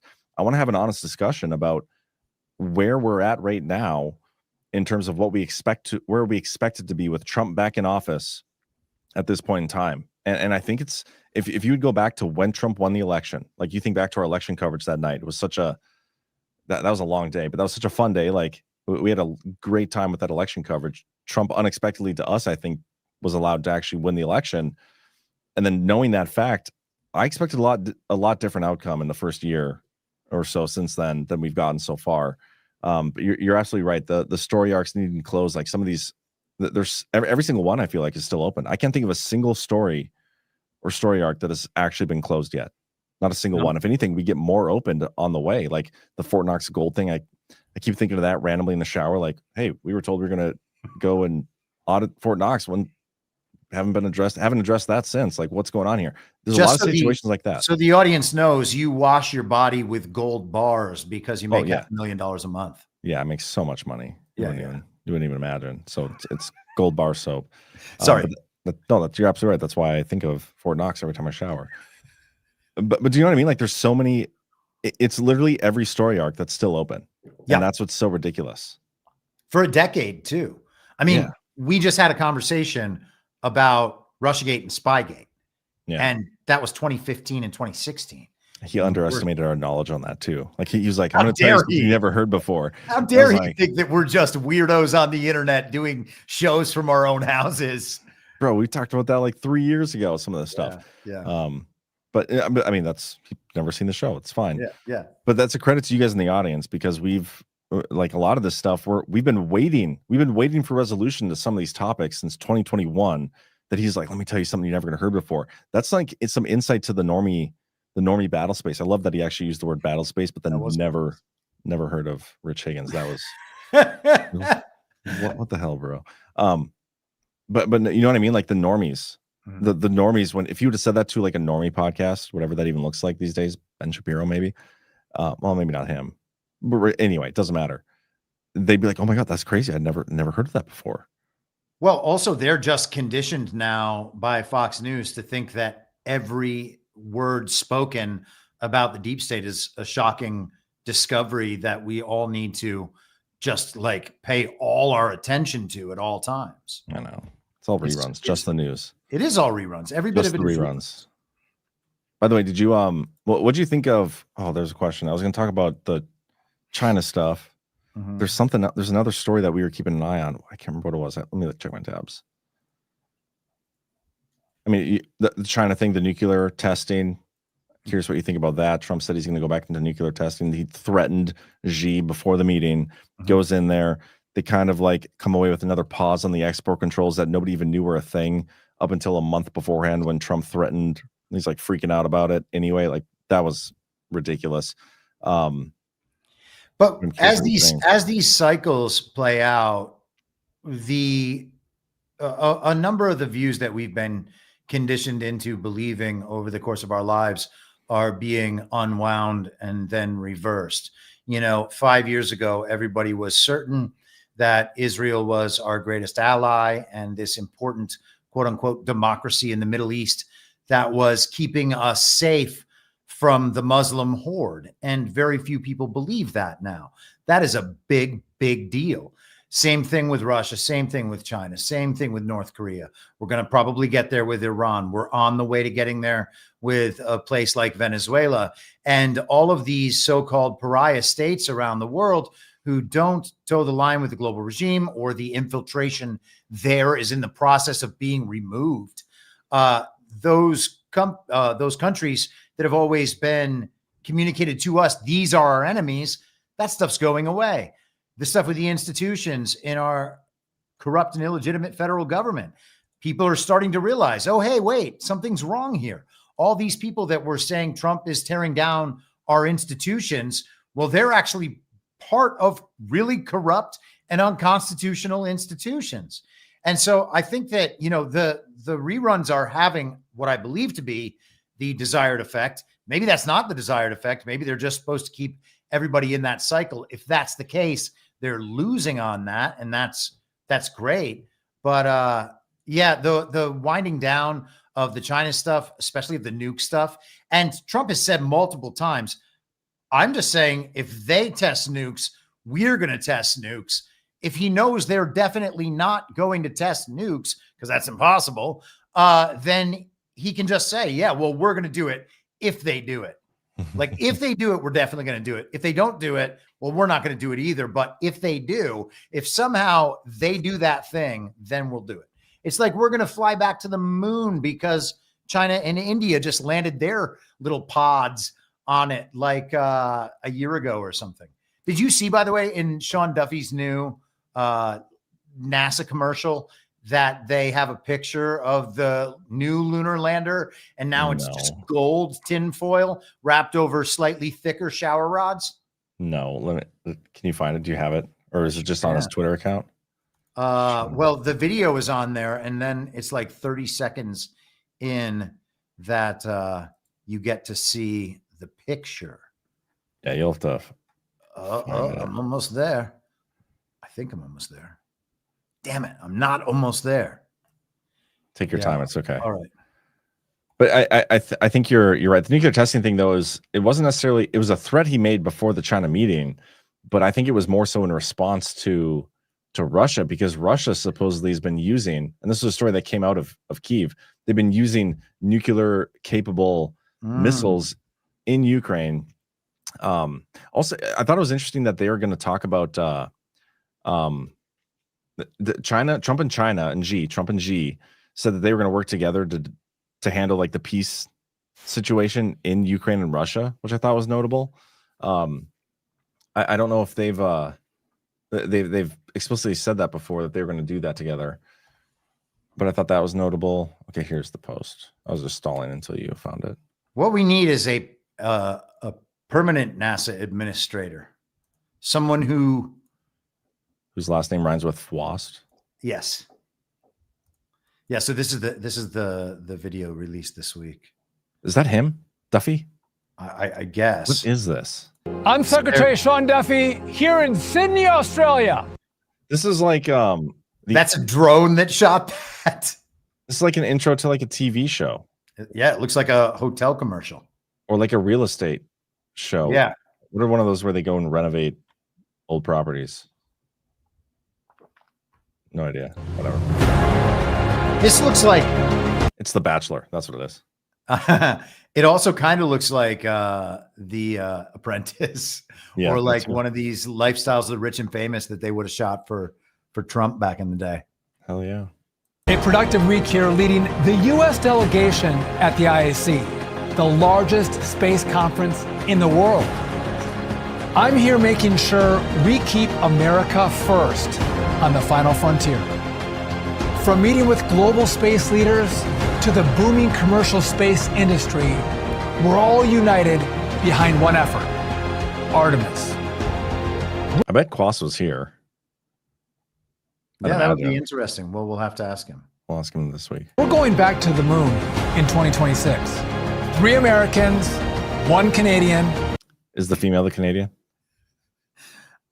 I mean, how can you tell anymore who's female and who's not? Well, oh, it's this guy, Canadian on the patch. Why are we taking a Canadian with us? I don't know.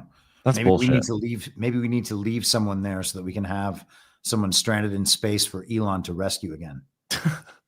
That'd be so funny if we left the Canadian. Like, oh, we forgot he was with us. Oh, the farthest we've been in 54 years. No more distractions, no more excuses, no more climate change activism. We're doing what only NASA can, putting Americans into space.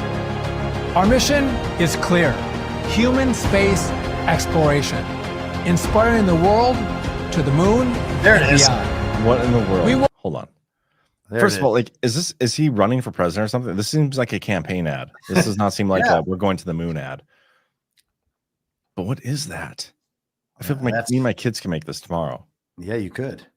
And then if you had the scientific knowledge that NASA had 54 years ago, but not now, you could actually take that thing to the moon. I don't know, man. I don't know if I believe you. What is that? The logo there? I don't know. We're probably going to find out someday that it's Nazi logos. Nazis have been to the moon. There's a movie about Nazis like fighting zombies on the moon, I'm pretty sure. Or fighting zombie Nazis on the moon. Me and Zach talked about that on one of our conspiracy shows. Anyway. We won yesterday's space race. We will win today's space race. And we'll always win the space race of tomorrow. None of that makes any sense. Like, there's one race to space. So why are we racing again? Yeah. It makes zero sense. Chris, it's almost like we didn't go there in the first place, but that can't be true. There's no way. He said we won. It's impossible. It's impossible. I don't know how they keep landing these things successfully on the moon, but maybe the moon just is totally inhospitable for humans, but very welcoming for tinfoil and shower rods. Do you think that? Okay, we should talk to Klaus about this. I want to send a tinfoil shower to the moon, and I think we should try to do it. This one's gold, so this would be a golden shower. Golden shower. Okay. Well, I feel like we can handle that too. I got a lot of gold I got gold soap in my shower. Yeah, but the golden shower is more like the Steele dossier. Could we send R. Kelly to the moon? We could. Well, maybe. I don't know. Is he in prison or something? I don't know. I don't really keep tabs on it. Just when you said golden shower, that's for some reason the first thing that came to my mind. I feel like that would be a movie a pop star is imprisoned and we need to send somebody into outer space and leave him there with the Canadian and Okay. I feel like this is like an Armageddon 2 plot. Yeah, Like, yeah. Yeah, we're workshopping this, and then, we'll try these pitches out, and they're not all going to work. Yeah, we'll figure it out. We got to think of a clever name, though. But anyway, what else should we talk about, man? It's what time is it? It's 11. Get some rants. It's your birthday. Do you want to keep going? Anything else you want to discuss? Are those the boost and the I'm rants? trying to think of what else happened this week that was really cool. I feel like there was a lot going on. Arctic frost was a big thing this week. Like everybody's talking about the political persecution of the conservatives and Republicans. There was one interesting thing that happened where they, gosh, what was it? They went back to something that happened in Trump's first term. Let me see if I can find it. They put out a list of organizations. The AutoPen thing was interesting. Talked about that a little bit Wednesday. Still don't think it's going far enough, but they want to investigate all of Biden's actions. Oh, wow. They're saying all of Biden's actions might not count. Gosh. But just because of the pen. Said that? Not because of the elections, Chris, just because of the pen. Oh, I know. It's, I think that's actually a great example of something that we've kind of talked about. And I'm not entirely certain that it's been explained well enough by me for people to really understand it. If Trump was not in the picture, these stories would still be getting told to the American public because they need that explanatory layer for the story that would have run if Trump wasn't here. And the key players on both sides of this thing would still be in place and still be fighting it out in the same way, but the public perception is changed by Trump, and then some of the results are changed by Trump. But what we ultimately have is the competition between two narrative playbooks, two scripts of how these things can go, and then the reactions and the interplay of those reactions in between them. But there are these two layers that are running, and I think that, I think that's maybe an example of that we should probably pay more attention to. Do you think a lot of the stuff that we're seeing this term was scripted? Before Trump, and it's just happening regardless of him? Yep, and I think that it was meant to be run by a Ron DeSantis or JD Vance or that sort of character in place of Trump. And, all these people that Trump has put in the administration, I watch many of them now and think, these were all supposed to be the next wave of the GOP establishment superstars who were going to be in this government and taking political power. They were going to be senators here or there, or congressmen, or attorneys general, or whatever. All of them would have had a role. And Trump can simply pluck them out of that, put them in his administration, understanding that the GOP base is going to stay behind him. And that means that all these characters now have to do Trump-aligned work, even when they're trying to subvert him. They can't let anyone know that they're actually trying to do that. So, hey, man, I'm maybe a little out there on this stuff, but that's how I think. That's what I think it looks like. And if Trump was not in the picture, they would still have to resolve all of these issues that they sparked up in 2015 and 2016 and have just kept running throughout this entire time. If Joe Biden's an illegitimate president, which he obviously is, and they put some of this stuff through, well, they need to unwind some of that stuff. How are they going to do it? Well, they can't tell the country that the elections are fake and that Trump actually won in 2020. So they come out with this AutoPen bullshit, and Trump knows it's going to happen. And so he comes out with the AutoPen bullshit before they can use it. And now it's Trump's AutoPen bullshit that makes everybody say, wait a second, Biden wasn't even the president in the first place. Interesting. Do you think, why doesn't Trump just come out and totally subvert the whole op in the first place? Why does he even play along? In your opinion? That is, well, I mean, obviously I don't know, but that I think is one of the most interesting questions. And I guess I would say that he has that option available to him at any time. We've talked a number of times about how there are just Trump card after Trump card. There are so many Trump cards that have not been played, and that he could play those at some point. But and you got to be sensitive to the fact that there are people having real struggles and real difficulties, partially due to the fact that our politics are the way they are. if we are able to leave that aside, everything else that is happening is, if the effort is to defeat this global regime and remove this infiltration and get our constitution back and the rest of it, everything that's happening is working us toward that outcome. And they're trying to say that Trump's losing his base and that the American people aren't behind him, and they run the polls, and they'll tell us after these elections that this is a rebuke to Donald Trump, and all of it is going to be just as much bullshit as it's always been. Yeah. So that's what I think. I mean, who knows? Got to fix those elections. So, Yeah. so important. But yeah. Or at least stop having them so that we don't have to pretend about this anymore.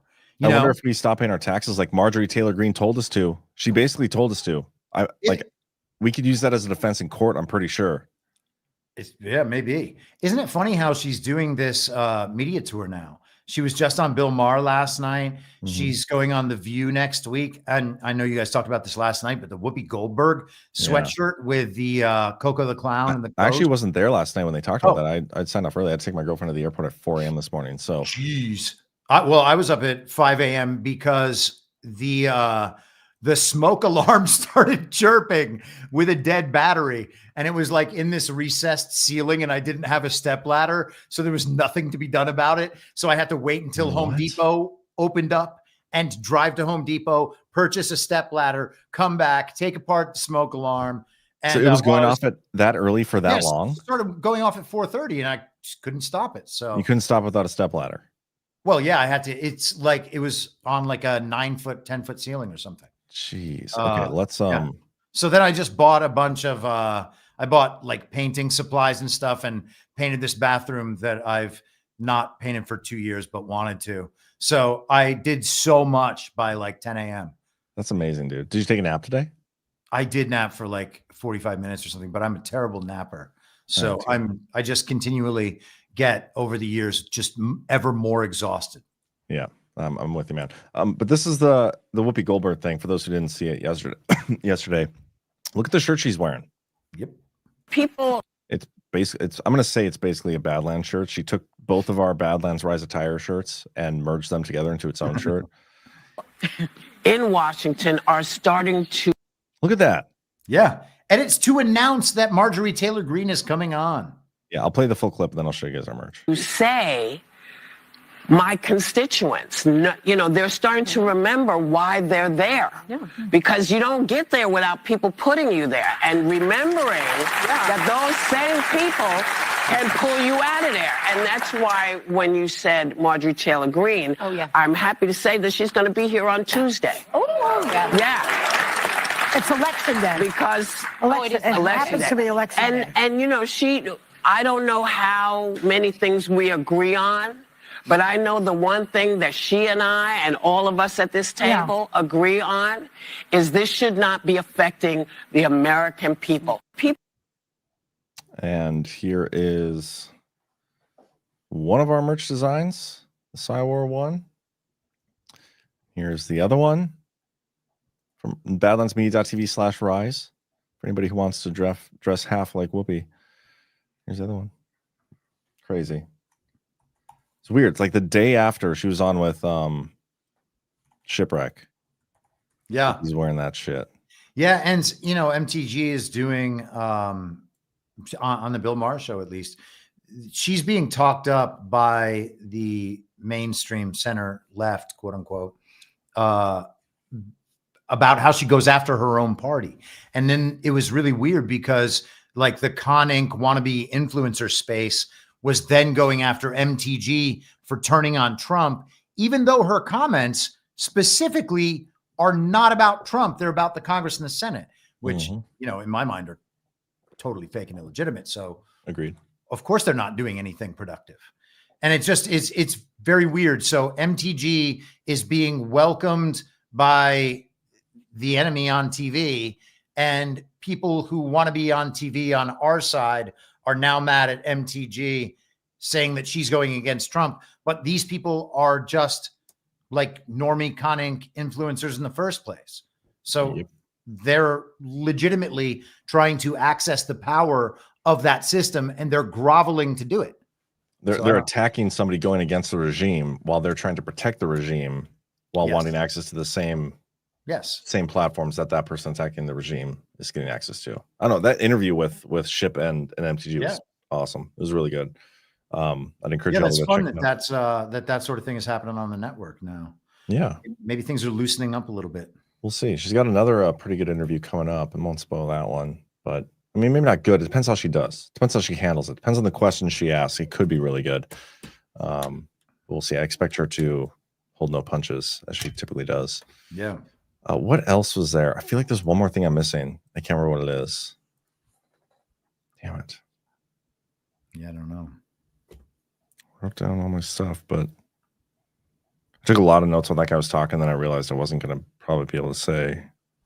One last thing. One of the interesting things I think about doing an election while there's a government shutdown is that there are certain elements of the federal government that have some involvement with elections, and maybe they're not actually performing those functions right now. It's hard to really nail down what exactly they are and are not doing. But Mark Wayne Mullen was just on, the senator from Oklahoma was just on Fox News talking about how he thinks that, quote unquote, the Democrats are going to reopen the government the day after the fake elections. So why would they do that? I don't know. I mean, the EBT thing is one of kind of the narrative justifications for it, but maybe they just want to keep the government shut down till the elections are over. I don't know. But that doesn't make sense because they're missing funding for the elections. Right. So wouldn't they want to open them back up to get that funding for the elections in which they? Oh, I don't think they have that option. Gotcha. Yeah. I mean, I don't think they're really operating on that kind like of, their own will and choice. You know what I mean? Yeah. Yeah. So it's like, if it's a good thing from the Trump perspective to have the government remain shut down through the elections, and then after that point, the purpose will be completed. I think then they have the opportunity to pretend like they are our rulers once again. Yeah, I just think, at this point, I want the elections to be as obviously fake as possible. Yes. And Mamdani helps to do that. Mamdani does. I feel like not having the funding for some of their mechanisms that they typically use for election fraud does not help that. But maybe it does. I don't know. There's so much we don't know about the election fraud system that I'd love to have access to. I saw an article this week where the Dominion getting bought by was it Liberty Vote or whatever? Yep. How that it's really just a name change and a cover story. I don't know how much stock I put into the story. It didn't really come from a source that I'm familiar with, so I'm gonna wait and see. But I don't know. It doesn't look, even though the guy's like supposedly super good. I don't know if I trust that rewrite. No election machine will ever give me any form of trust in our election system. And so I don't know how we move forward at all without fixing that stuff. But again, I know there's elections coming up this week, but I don't really care. Like, don't really care. Yeah. Well, I don't care about any of that shit. I'm 100% with you on not caring. I mean, it's also not none of these issues are in my state. There are, of course, local issues and whatever. Damn it, I totally lost. So this is what I was going to say. The elections serve a narrative purpose beyond the outcomes and what the political calculation is.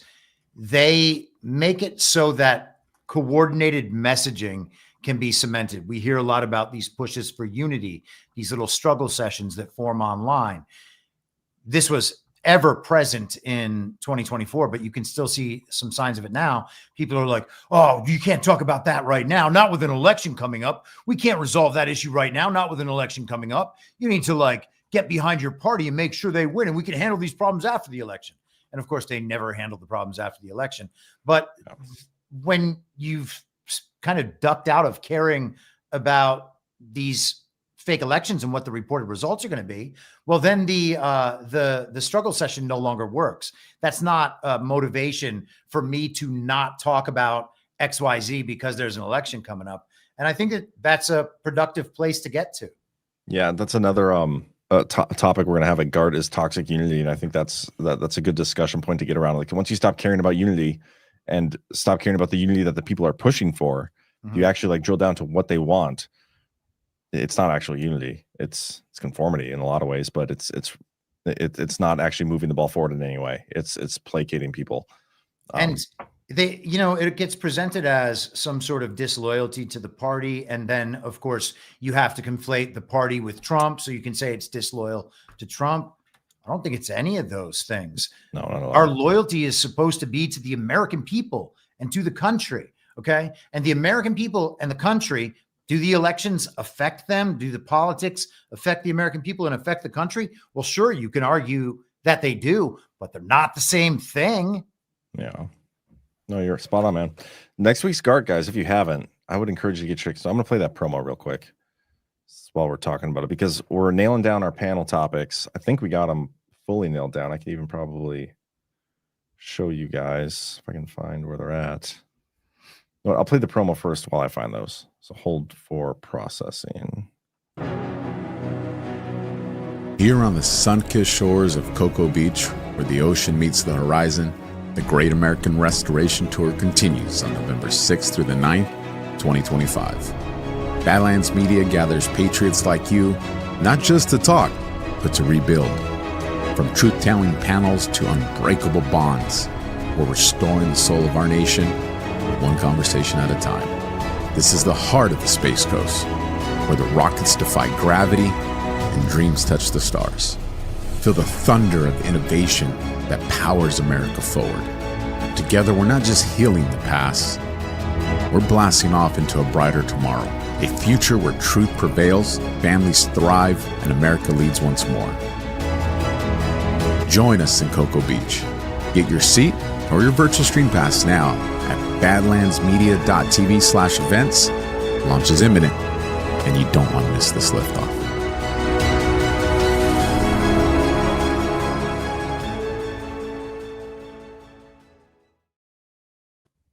Alpha's career as a voiceover artist is just about to take off. If anything is launching, it's Alpha's voiceover career. Yeah, I was going to say it already has taken off. A couple of the panels we got. Actually, I'm going to list them all right here. So, year in review, 1 year since Trump won the election. That's a panel. DEFCON and Spygate. They're going to have a little discussion surrounding those things. I think it's going to be more of a Q-centric panel. What happens after the plan? I do have those two panels back to back, so I think that'll be an interesting dynamic. Radical doubt and withholding belief. Toxic unity. We're also going to have a Q&A where we have all the Badlands hosts up there and people in the tents and chat can ask questions. Accelerationism. Journey to the center of the mind / rug pulls. That'll be a fun one. Trust in a trustless society. What is 1776? And inventing the future and local action. Those are the panels with all sorts of different panel combinations. If you guys haven't been to a GART, we still have some single day tickets available. We also have our virtual tickets available, so you guys can attend from the comfort of your couch. Go to badlandsmedia.tv/events, get your tickets. It's going to be a great time. I cannot wait to get down there. I can't believe we are just like 4 days away. Yeah, it's crazy. It is crazy. We also have a studio. The chat was telling us that the $321 million roster Major League Baseball team beat the $239 million roster Major League Baseball team. So that was like expected, right? You spend more money on a roster, it should be expect them to win. Yeah, but then you also have like the Mets, Do they account for the trade, like between the Canadian money and American money? I don't know. In that, yeah, I don't know. Crazy. I hate the fucking Dodgers, man. I hate the Yankees. I hate the Dodgers. I hate the Mets. I hate everybody. I hate a lot of teams that spend money. I don't like baseball's salary situation. Do not like it whatsoever. Real quick, I want to get a quick Rumble Studio ad in, and then we'll maybe get to the boosts and the rants. I think we got a few birthday wishes that came in for you too, so that'll be fun to read through. Let's get a quick read in from crypto.com. Let's be clear. Cryptocurrency is no longer emerging. It is here. And this latest move cements that reality in the biggest way yet. Trump Media Group just inked a massive $6.4 billion deal with Crypto.com, the world's top crypto platform. They're teaming up to scoop up $6.4 billion in CRO, the Powerhouse token that fuels fast, low-fee DeFi, staking rewards, and real-world perks like cashback on your spends to launch America's first CRO treasury. When it's done, this new company will be the biggest CRO holder out there. Want in on the action? Head to crypto.com today and grab some CRO. Let's make crypto great again. And some people would argue that it's always been great. People like G-Money, he's hit some interesting comms. He's always on the target. I'm looking forward to seeing him down there at Cocoa Beach and everybody. Didn't they just say this week that Venezuela is beginning to welcome Bitcoin? I thought I saw something about that. I did see that. Yes. I also saw this article. I don't know where I saw this. I don't know who shared it. Maybe it might have been you. Did you share this article? Yes. Okay. Thought it's hysterical. Yeah. Biden offered normal relations with Venezuela if Maduro agreed to the elections. Yeah. Regardless of the outcome. So stupid. But we don't need. Well, that's the globalist negotiation and leverage trying to get Maduro to open up the Venezuela elections so that they can say to the world, look, this guy lost, now he has to go. But that's not actually what happens. And the idea that he lost an election to a woman who didn't run in the election is just insane. And actually, I sent you in the Telegram chat, we talked about Maria Corina Machado winning the Nobel, or being given the Nobel Peace Prize a couple of weeks ago. Today, she was there. Maybe the interview was this week, but I saw the video today. She said that she hopes the U.S. will attack her country in order to depose Maduro. Imagine if we were like, I hope Russia attacks the United States to remove Joe Biden. Yeah. I don't know. I mean, when you say it like that, sounds kind of okay. Sounds kind of okay. Or it would have, like, on January 21st of 2021. Yeah, man. I wish he had gone more into that part of that question, because, you know, seems like the perfect guy to be able to answer that question. There's a lot of people that think that Ukrainian intelligence, for one, was involved with January 6th. And to the extent that they were trying to set up a repeat of the Maidan massacre, that would make a lot of sense. But alas. Yeah. He kind of talked around a few of those answers, which is why I really wanted to nail down on the Epstein one to, like, specifically, I don't know, there's still something around that story, which, again, we haven't had that story arc closed yet. So whatever. Let's go through some boosts here. We got 1027JS over on badlandsmedia.tv/boost, where you can leave a comment like a rant and have it read on the show, even if you don't watch live. And you can pick what show you leave it for. 1027JS says, for $20, happy birthday, Chris. Thank you very much. Thank you, Joe. That's a fellow North Dakotan there. So some North Dakota love for you. Lionheart7777 says, evening, guys. And this is for $100. So thank you. Evening, guys. Just a simple thanks and a suggestion for an outro. It's about a minute long. One of my faves. Thanks and God bless AOG. So I got that queued up. We'll play that here at the end. And then we got some rants. Quite a few came through. So thank you, everybody. And thank you, everybody who gave gifted subscriptions. Saw a few of those come through. First up, Aussie Mix 73. Happy birthday, Chris. Thank you. For $10. You're going to need a lot of these, so prepare yourself. I'm going to say thank you every single time. Okay. Well, don't commit yourself to that. You never know what the messages are going to say. That's true. Cam Cooksey for $17 says, happy birthday to the only Christopher Paul I recognize. See you at Gart, brother. Oh, and hi, John. I'm excited to see you too. Thank you, Cam. Oh, I was waiting for that. And no, thank you. I just wasn't sure if you were going to say Cam at the end, because I think that's like his emoji thing. I get it. Thing, which I got to go through and update. I need some more of those. Anyway, for $20, Stony Sikh Girl says the New England, Northeast Tennessee Badlanders group had a great meetup today in Alcoa. It's always a great time spending time with our fellow Badlanders. That's awesome. I'm glad you guys had a good meetup. And by the way, if you go to badlandsmedia.tv/events and scroll down, you can see meetups in your area and find a local group where you can go to a meetup with fellow Badlanders. Sweet Texas Gal, or Swell Texas Gal, is a monthly supporter. Thank you. Faux Milk for $50. Happy birthday, Chris. Thank you. J Drake 83 APL joins me in having nothing but the best birthday wishes for Chris Paul.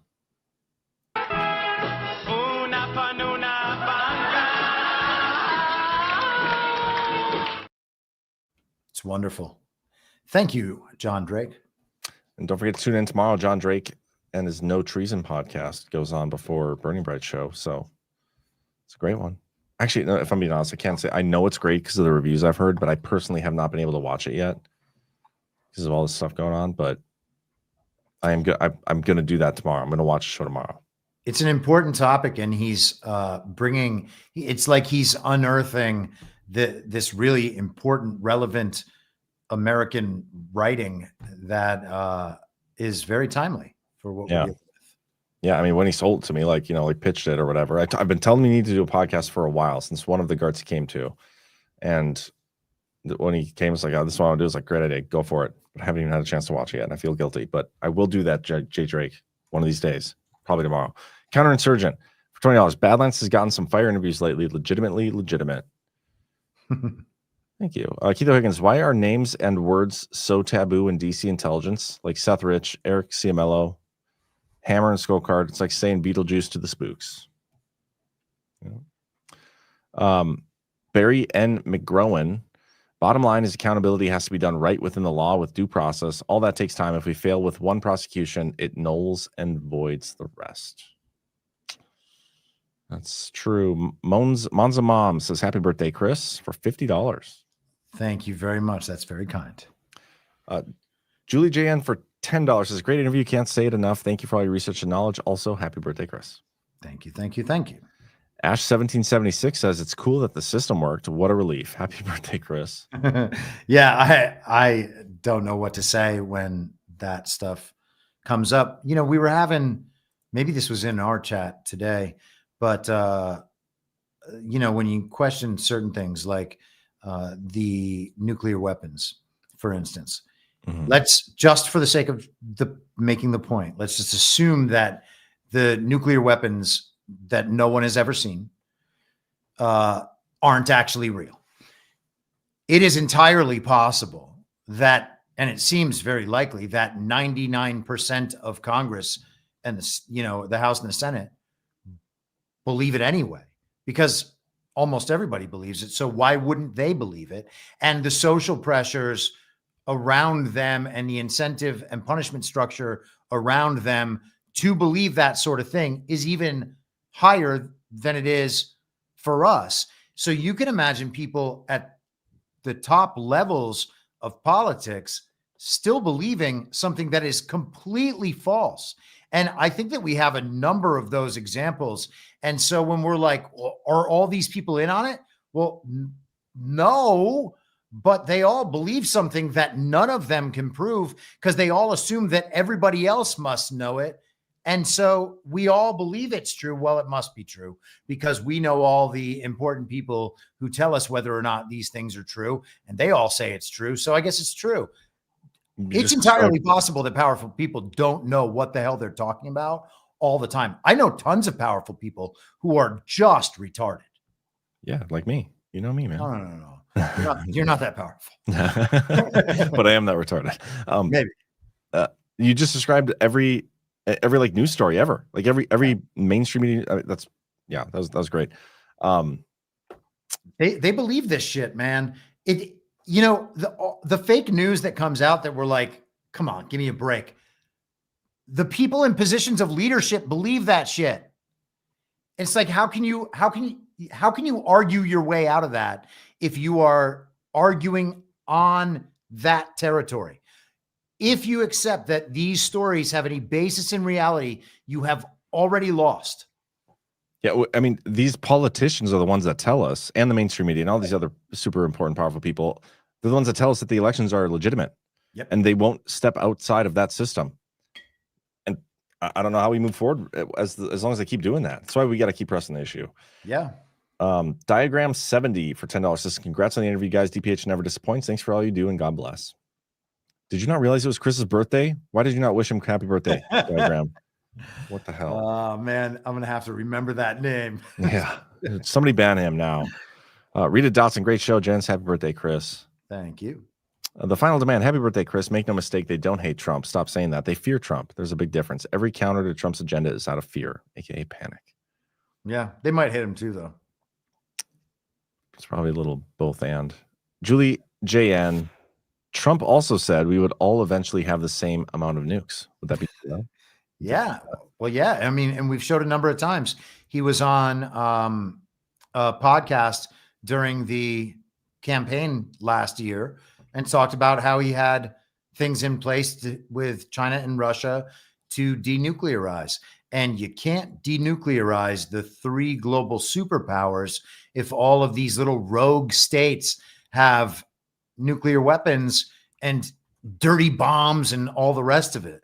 So it's the whole thing is just such a nonsensical farce. Yeah. Remember, Trump's ultimate goal from 1987 is to denuclearize the entire world. So work with Russia to do it as well. Yeah. Or just have people operate from first principles and direct knowledge, and the problem will solve itself simply by our collective disbelief. Yep. Spot on. Old School 69, happy blessed birthday, Chris. Continued wisdom, favor, and blessings in all you do. Stay frosty.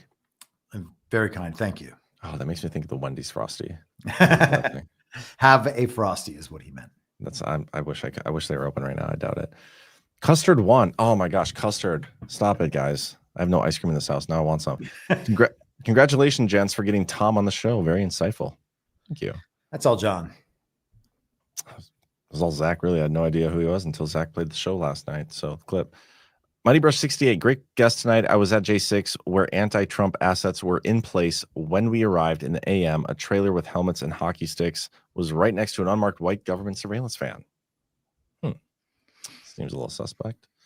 Ashford says Canada can only go to space by hitchhiking. Their logo is amazing, though. Let's watch this.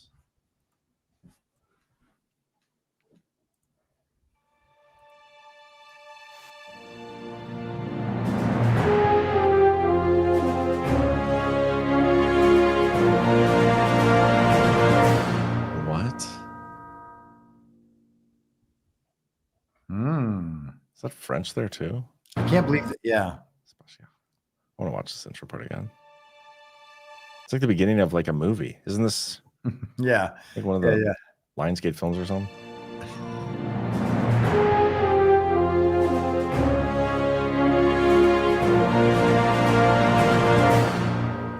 I mean, the space agencies are theatrical production companies, so it would make sense.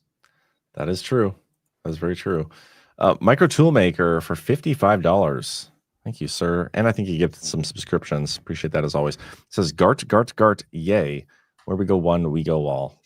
It is Gart week. So looking forward to meeting you, sir. I believe you have your ticket. We'll see you down there. HRBL Amand says, happy birthday. Not sure who he's telling that to, but hopefully me. Hopefully you. Cam Cooksey, here's a laugh for Chris's birthday. All right. I hope he doesn't laugh at all. It'd be the worst present ever.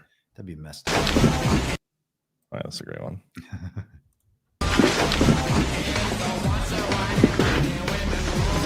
No way. That's great. We landed on the moon! That was totally ripped off by Elf when he goes in the coffee shop and it's like, congratulations, world's best cup of coffee. You guys did it. But that was a great clip, Cam. Thank you. Mighty Brush 68, there were way more people there than reported. If we wanted to take over, we could have for a time. I was so naive. Wish I knew then what I know now. Spoke to G-Money and Alpha at Gart Plymouth about this. Good to see you, man. Thank you for the rant. Good to see you at one of our Garts. You should come to another one. $20, Lynn Yoda. Happy birthday, Chris. Great show, guys. Thank you. Diagram 70. Dan Scavino just reposted the Brennan finger pointing video on X. Wouldn't be surprised if you watched your DPH interview tonight. Is that true? Interesting. Let's go see. Wasn't there something last week as well, right after the show? I think Trump posted or somebody posted the Bannon clips that we played. Oh, yeah. Yeah, here we go. Look at that. Dan Scavino 41 minutes ago. Brennan knew he's going on. He's a traitor. There he is, Thomas Speciale. Wait, I have to show you this. I found this while we were looking around. This is Venezuela's connexus to integrate Bitcoin and stable coins into their banking system. Stable coins like Tether. So I wonder if this has more to do with what's happening in Venezuela than Maria Corona Machado, as Ghost calls her. Pretty soon, we're going to be able to take Bitcoin here on Rumble. It's pretty exciting. Rumble Wallet's launching soon. I think they were giving away a whole Bitcoin for some contest. I think it ended yesterday, and I think they were drawn today or tomorrow or something. Maybe Monday. John, we also have to add this MacGruber clip in here. The clip that Cam just sent reminded me of how. Okay. would that be a good outro? Nah, it's only like 15 seconds or something. Okay, we'll play now. Oh, yeah. That went great. That was fucking tits. Gruber, what the hell was that? It's called sending a message. And I think it will be received loud and clear. That's what I'm worried about. Why? Because he thought you were dead. That was a huge advantage. Yeah, now he's gonna be coming for us. Exactly. It's all part of the plan. What is the plan? I kind of make it up as I go. That's not really a plan then. Okay, so it's not a plan. Look, I'm not good with plans. I'm not good with clues. What I am good with is kicking ass and ripping throats. So Cuntha's gonna come after me? Well, bring it on. Because then he'll be on my turf playing my game. And that's not a game I plan on losing. Let's go. So good. We were going to play that video for the intro to our What Comes After the Plan panel. I'm not good with plans. So good. But I am good at kicking ass and ripping throats. Indeed. H.R. Blamont, did you guys talk about the fondle greeting hug between J.D. Vance and Erica Kirk? No, but we can. What happened? I missed this. You didn't see this? Wow. Erica Kirk fondled J.D. Vance? Oh, yeah.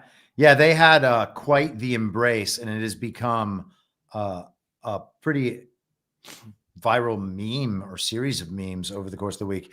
They did this event at one of the universities in Mississippi, I think, maybe University of Mississippi. She spoke. That was the standard level of creepiness. She's wearing leather. There it is. Well, this is an AI. AI figured. Okay.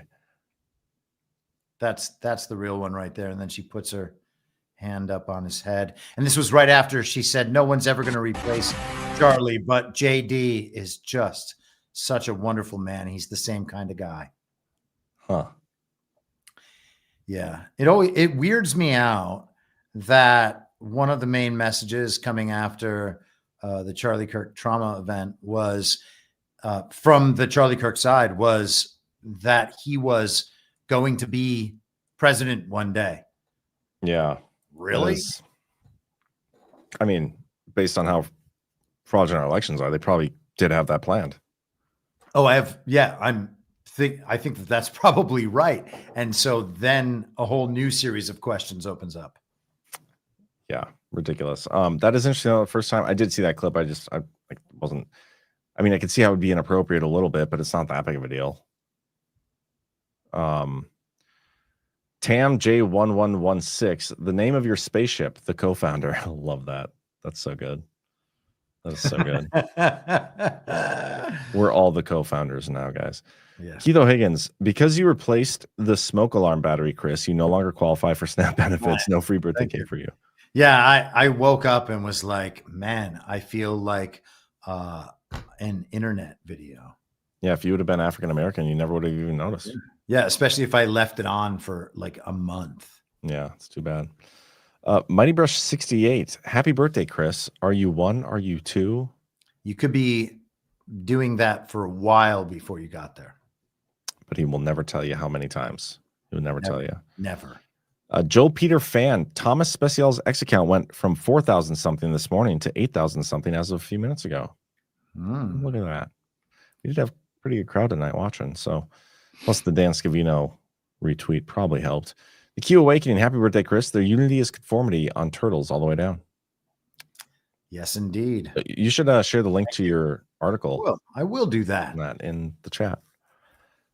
Mighty Brush 68. I've been wanting to say this for so long. Find the original Slim Whitman commercial, 1980s, that Eddie Murphy was mocking. It explains the whole thing. Find the original Slim Whitman commercial. Eddie Murphy. I feel like you're supposed to do the research on this stuff for us. Oh yeah, we did see that. The Una Palum. We've played that before on an OnlyLens. I think we went through the whole clip of all the stuff he was mocking on SNL. Yeah. Yeah, we've done that. So thank you, Mighty Brush. Badlands mini fan, happy birthday, Chris. Thanks for keeping it real. Thank you. I think that's all we got. We do have an outro that we were given from Lionheart, so I'll probably play that on the way out the door. Looks like it's the Dukes of Hazzard clip from a year ago. So that's what we'll do. Everybody do us a favor, hit that thumbs up. We greatly appreciate it. Get your guard tickets. Anything else that I'm forgetting? I don't know. Don't get your soft disclosure. Softdisclosure.com. Other than that, yeah, make sure you share this around if you enjoyed the interview, enjoyed the show. And Chris, happy birthday. Thank you. And we'll see you guys next time.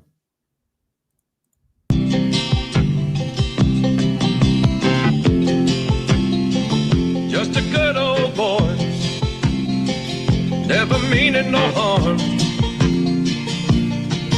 Beats all you never saw, been in trouble with the law since the day they was born. Straightening the curves, flattening the hills. Someday the mountain might get them, but the law never will.